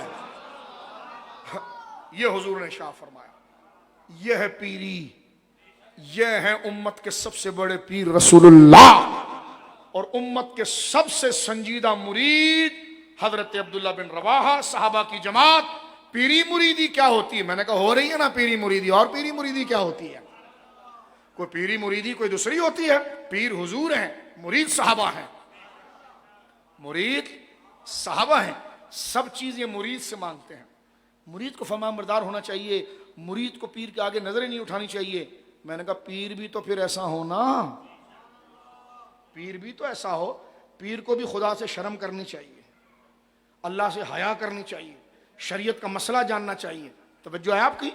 اور یقیناً جو پیران نظام ہیں ان کی تو جب اللہ کے بارگاہ کے مطیع ہوتے ہیں تو پھر ہر بندہ، پھر تو ہم یہی اپنی زبان سے کہتے ہیں کہ مجھ کو رسوا بھی اگر کوئی کہے گا تو یوں ہی کہ وہی نہ وہ رضا بندہ رسوا تیرا، کیا دبے جس پہ حمایت کا ہو پنجا تیرا، شیر کو خطرے میں لاتا نہیں کتا تیرا۔ جب پیر غوث اعظم جیسا ہوگا، امام ربانی جیسا ہوگا، ہاں امام ربانی جیسا پیر ہوگا، غوث اعظم جیسا پیر ہوگا، غریب نواز جیسا پیر ہوگا، امام ابو حنیفہ جیسا پیر ہوگا، امام احمد بن حنبل جیسا پیر ہوگا۔ کئی 100 کوڑے کھا لیے کمر پر، شاگردوں کے سامنے ان کو مدرسے سے رگڑ کے لے گئے۔ 2 نمبر کہہ رہے تھے کہ جناب مولانا کو اتنا سخت فتویٰ دینا ہی نہیں چاہیے تھا کہ آج پولیس گھس گئی۔ میں نے کہا حق بولنے پر ہمارے بزرگوں نے یہ سزائیں اٹھائی ہیں۔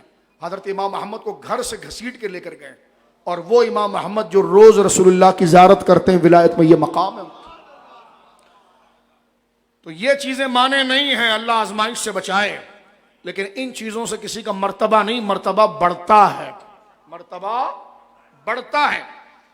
غزوہ تبوک سے رسول اللہ لوٹے ہیں، اور جناب رسول مکرم صلی اللہ علیہ وسلم آئے ہیں، سرکار کی عادت کریمہ یہ رہی ہے ہمیشہ کہ جب حضور غزوے سے لوٹتے تھے تو سرکار دو عالم صلی اللہ علیہ وسلم جب غزوے سے حضور لوٹتے تھے تو حضور 2 رکعت نفل مسجد میں ادا فرماتے، اور جب حضور نفل پڑھ کے فارغ ہوتے تو حضور علیہ الصلوۃ والسلام معاملہ فرماتے۔ آج یہ کہ حضور تشریف لائے اور نفل جیسی ادا کی تو سامنے دیکھا حضور کے چچا حضرت عباس کھڑے ہیں، 40,000 کا لشکر ساتھ میں، کتنے؟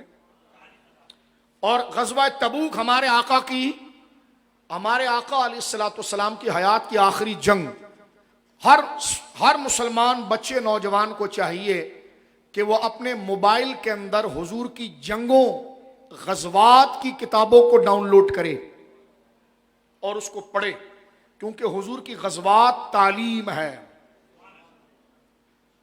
صحابہ کرام کے حالات پڑھیں، یہ اتنی موٹی موٹی ناولیں لے کر جو اپنا آنکھیں بھی کالی کرتے ہو اور دل بھی کالے کرتے ہو، تو اگر چہرہ بھی روشن کرنا ہے دل بھی روشن کرنا ہے تو کبھی کربلا کو پڑھو، کبھی حضرت ابوبکر کو پڑھو، کبھی حضرت عمر کی فتوحات پڑھو، کبھی پڑھو جنگ قادسیہ کو پڑھو، کبھی پڑھو روم کی جنگ کو پڑھو، حضرت فاروق اعظم کے دور مبارکہ کی جنگوں کو پڑھو، تاکہ آپ کو پتہ چلے کہ یہ مضبوط بدن، یہ مال، یہ طاقت استعمال کرنے کا صحیح راستہ کیا ہے اور انسان کیسے زندگی گزارے۔ اور جہاد کے راستے میں ہی زندگی ہے اور وہی ترقی ہے، کیونکہ جہاد کسی کو مارنے کا نام نہیں ہے، جہاد فتنے کو راستے سے ہٹا کر آنے والوں کے لیے راستہ سازگار کرنے کا نام ہے۔ حضرت عباس آئے، سرکار دو عالم صلی اللہ علیہ وسلم مسجد سے نماز پڑھ کے فارغ ہوئے ہیں، سرکار کریم علیہ الصلوۃ والسلام نے دیکھا تو حضرت عباس نے عرض کی، یا رسول اللہ میں نے آپ کا ایک قصیدہ لکھا ہے۔ حضور میں نے، جیسے امام بوصیری کا قصیدہ نا، قصیدوں کی شان، یہ آخری بات ہے، میں نے آپ کا قصیدہ لکھا ہے یا رسول اللہ۔ سرکار کریم نے یہ نہیں فرمایا کہ ابھی مجاہدین آئے ہیں، تھکے ہوئے ہیں اور لوگ اپنے ضروری معاملات لکھوا رہے ہیں، قصیدہ بعد میں ہوتا رہے گا، نہیں۔ حضور علیہ الصلوۃ والسلام نے ارشاد فرمایا، قل لا یفدد اللہ فاک، میرے چچا اللہ رب العالمین آپ کے منہ کو سلامت رکھے جس سے آپ میرا قصیدہ پڑھیں گے، پڑھیے قصیدہ۔ اب صحابہ کا مجمع لگا ہوا ہے حضرت مسجد نبوی شریف میں کہ صحن میں یہ محفل ہو رہی ہے۔ حضرت عباس حضور کے چچا حضور کا قصیدہ پڑھ رہے ہیں۔ سرکار نے یہ نہیں کہا کہ رومیوں سے لڑنے گئے تھے، اتنے فتنے معاملات ہو گئے ہیں، ابھی تازہ تازہ آئے چچا جان، رات کو دیکھ لیں گے، پرسوں دیکھ لیں گے، محفل 15 دن کے بعد کر لیں گے، ابھی ذرا یہ مجاہدین کا جو معاملہ ہے یہ کتابوں میں مرتب کرنا ہے، حالات ہیں، مشاورت چلے گی۔ سرکار نے سارے کام روک دیے، فرمایا چچا جان آپ پڑھیے جو آپ نے میری شان میں لکھا ہے۔ حضرت عباس ابن عبد المطلب رضی اللہ تعالیٰ عنہ کا یہ قصیدہ جو سرکار کے سامنے پڑھا، اس کا پہلا شعر یہ تھا، ہے تو بہت لمبا قصیدہ، اس شعروں میں شعر یہ ہے، وَأَنْتَ لَمَّا وُلِدْتَ أَشْرَقَتِ الْأَرْضُ فَضَاءَتْ بِنُورِكَ الْأُفُقُ۔ یا رسول اللہ جب آپ کی ولادت باسعادت ہوئی، اب کوئی یہ نہ کہے، حضور یہ کہتے کہ چچا جان ابھی تو میری عمر شریف جو ہے وہ 63 سال کے قریب ہو رہی ہے، اور میں تو 63 سال پہلے میرا میلاد تھا، آپ آج میلاد کے شعر کیوں پڑھ رہے ہیں؟ یہ سوال کوئی بنتا ہے؟ اب آپ دیکھیے جناب، جو لوگ کرتے ہیں یہ سوال کوئی بنتا ہے؟ حضور نے یہ نہیں کہا، بلکہ حضور کے سامنے اس وقت حضور کی عمر 63 سال ہے، کیونکہ تبوک سے لوٹے ہیں حضور علیہ الصلوۃ والسلام، اور اس کے بعد سرکار علیہ الصلوۃ والسلام کا وصال پاک ہے حج کے بعد۔ تو حضرت عباس جو حضور کے چچا ہیں وہ پڑھ رہے ہیں، حضور کا میلاد نامہ پڑھ رہے ہیں، حضور کا میلاد نامہ۔ وَأَنْتَ لَمَّا وُلِدْتَ، حضور جب آپ کا میلاد ہوا، آپ کی پیدائش ہوئی، اشرقت الارض، زمین روشن ہو گئی، زمین روشن ہو گئی، فضاءت بنورک الافق، اور اس کی روشنی سے آسمان روشن ہو گیا۔ توجہ ہے، اب اس روشنی پر بھی بات ہو سکتی ہے، لیکن دیکھیں یہ کہ حضور کی طرف نور کی نسبت کرنا، نور والا کہنا، یہ عقیدہ بریلوی سے نہیں آیا ہے، بریلی والے کے پاس یہ عقیدہ صحابہ سے آیا ہے۔ صبح طیبہ میں ہوئی بڑھتا ہے باڑا، فرما فضاءت بنورک الافق۔ تو حضور کی ولادت کو نور کے ساتھ ذکر کرنا، اور وہ نور تھا بھی حقیقی۔ فرمایا وَأَنْتَ لَمَّا وُلِدْتَ أَشْرَقَتِ الْأَرْضُ فَضَّاءَتْ بِنُورِكَ الْأُفُقُ، حضور جب آپ کی پیدائش ہوئی زمین روشن ہو گئی اور آسمان آپ کے نور سے جگمگ جگمگ کرنے لگا۔ تو آپ کہاں تھے عباس؟ فرماتے فَنَحْنُ فِي ذَلِكَ الضِّيَاءِ وَالنُّورِ، ہم اسی نور کی روشنی میں رہے، وَسُبْلَ الرِّشَادِ نَحْتَرِقُ، اور ہم اسی نور میں ہدایت کے راستوں کو طے کر رہے ہیں۔ وَأَنْتَ لَمَّا وَلِدْتَ أَشْرَقَتِ الْأَرْضُ ضَاءَتْ بِنُورِكَ الْأُفُقُ وَنَحْنُ فِي ذَلِكَ الضِّيَاءِ وَالنُّورِ سُبْلَ الرِّشَادِ نَحْتَرِقُ۔ آخری شعر کیا پڑھا ہے؟ وَرَدَدْتَ نَارَ الْخَلِيلَ مُقْتَتِمًا، وَرَدَدْتَ نَارَ الْخَلِيلَ مُقْتَتِمًا، حضرت ابراہیم کے لیے آگ گلزار ہو گئی تھی، ٹھنڈی ہو گئی تھی۔ حضرت ابراہیم علیہ السلام کے لیے نمرود کی آگ ٹھنڈی ہو گئی تھی۔ کیوں؟ فی صلبہ انت کیف یحترق، ابراہیم خلیل کی پیٹھ میں آپ تھے، جب آپ ان کی پشت میں تھے تو ان کا بدن جلتا کیسے؟ جہاں سے حضور کے نور ہونے پر اور آپ کا نور منتقل ہونا، آج اس پر مناظرے کی ضرورت نہیں۔ یہی عقیدہ اشعار کی صورت میں حضرت عباس نے پڑھ کر بتایا، اور حضور اس پر اتنے خوش ہوئے کہ سرکار نے دعا عطا فرمائی، فرمایا لا یفتد اللہ فاک، ہاتھ اٹھا کر حضور نے کہا چچا جان اللہ آپ کے چہرے کی رونق کو سلامت رکھے۔ تو حضرت حسان کو بھی حضور نے دعا دی اور اپنے چچا کو بھی دعا دی، اور یہاں سے حضرت عباس نے حضور کے چچا نے ایک راز سے پردہ اٹھایا کہ حضور ابراہیم علیہ السلام کو جب آگ میں ڈالا گیا وہ جلتے کیسے؟ فی صلبہ انتا، ان کی پشت میں آپ کا نور تھا۔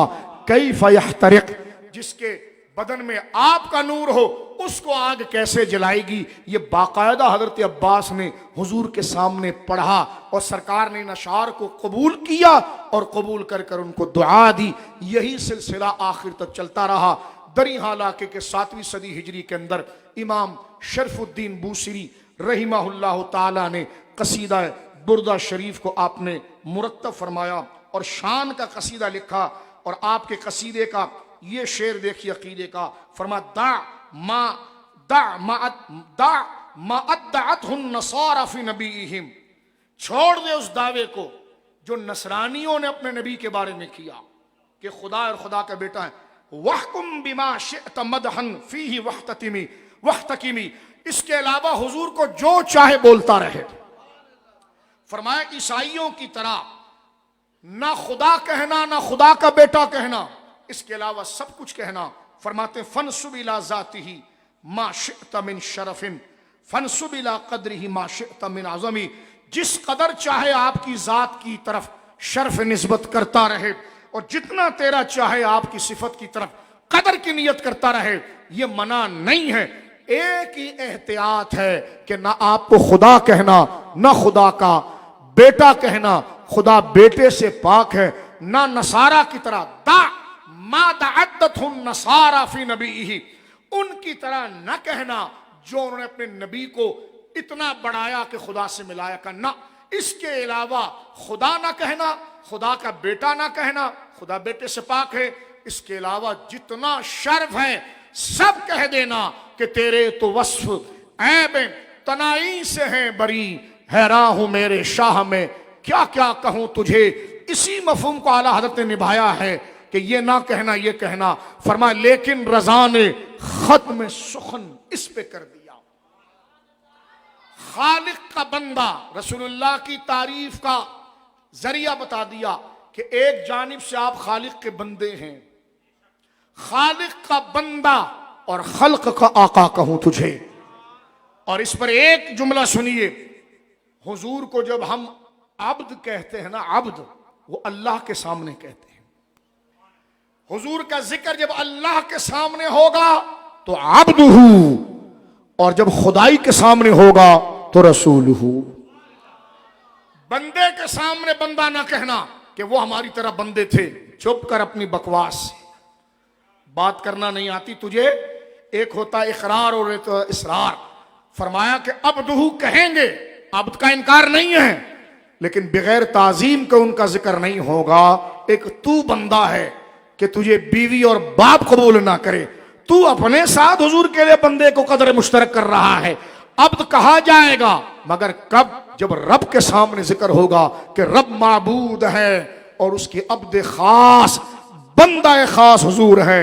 اور جب بات رب کے علاوہ پر آئے گی تو وہاں عبدیت کی بات نہیں ہوگی، وہاں بات ہوگی وہ آقا ہیں، وہ سردار ہیں، وہ سید ہیں، وہ امام ہیں، وہ سید العالمین ہیں۔ اور اسی کو اعلیٰ حضرت امام اہل سنت نے اپنی کتاب، مبارک کتاب المعتقد المستند کے اندر اعلیٰ حضرت امام اہل سنت کا یہ عقیدہ سنیے، جس پر یہ بیان اپنی جگہ پر مکمل ہو جائے۔ اعلیٰ حضرت نے عقیدے کی یہ مضبوط کتاب کو جب تحریر فرمایا تو آپ نے یہ عقیدہ جو لکھا ہے یہ اہل سنت ایک لائن ہے، اور تمام اس کو ذرا توجہ سے سنیں۔ یہ کتاب مبارک اعلیٰ حضرت امام اہل سنت کی المعتمد المستند، اس کے صفحہ نمبر 234 پر جو نیا طبع ہے اس میں اعلیٰ حضرت لکھتے ہیں فالواجب علی کل مؤمن، ہر مسلمان پر یہ واجب ہے ان یعتقد، یہ کہ وہ عقیدہ رکھے کہ ان النبی محمدن صلی اللہ علیہ وسلم سید العالمین و افضل الخلائق۔ فرماتے ہیں کہ واجب علی کل مؤمن ان یعتقد ان النبینا محمدن صلی اللہ علیہ وسلم سید العالمین و افضل الخلائق۔ ہر مسلمان کو یہ عقیدہ رکھنا ضروری ہے کہ ہمارے نبی پاک تمام عالمین کے سردار اور مخلوق میں سب سے بزرگ تر ہیں۔ یہ عقیدہ رکھنا اعلیٰ لکھنے واجب ہے۔ اور آگے ارشاد فرماتے ہیں فمن اعتقد خلاف ھذا، جس نے اس کے خلاف عقیدہ رکھا اور حضور کی افضلیت کا انکار کیا، فرمایا فہو ضال ومضل ومبتدع، فرمایا وہ بدعتی ہے، گمراہ ہے اور گمراہ گر ہے۔ اس شیطان غامدی سے دور رہا جائے گا جو یہ بکواس کرتا ہے کہ حضور کو افضل الانبیاء نہیں کہا جائے گا۔ امام اہل سنت نے لکھا ایسا جملہ کہنے والا فہو ضال مضل مبتدع، وہ گمراہ ہے اور لوگوں کو گمراہ کرنے والا ہے، اور اعتقادی بدعت اس خباثت میں ہے۔ جبکہ مومنوں کا عقیدہ یہ ہے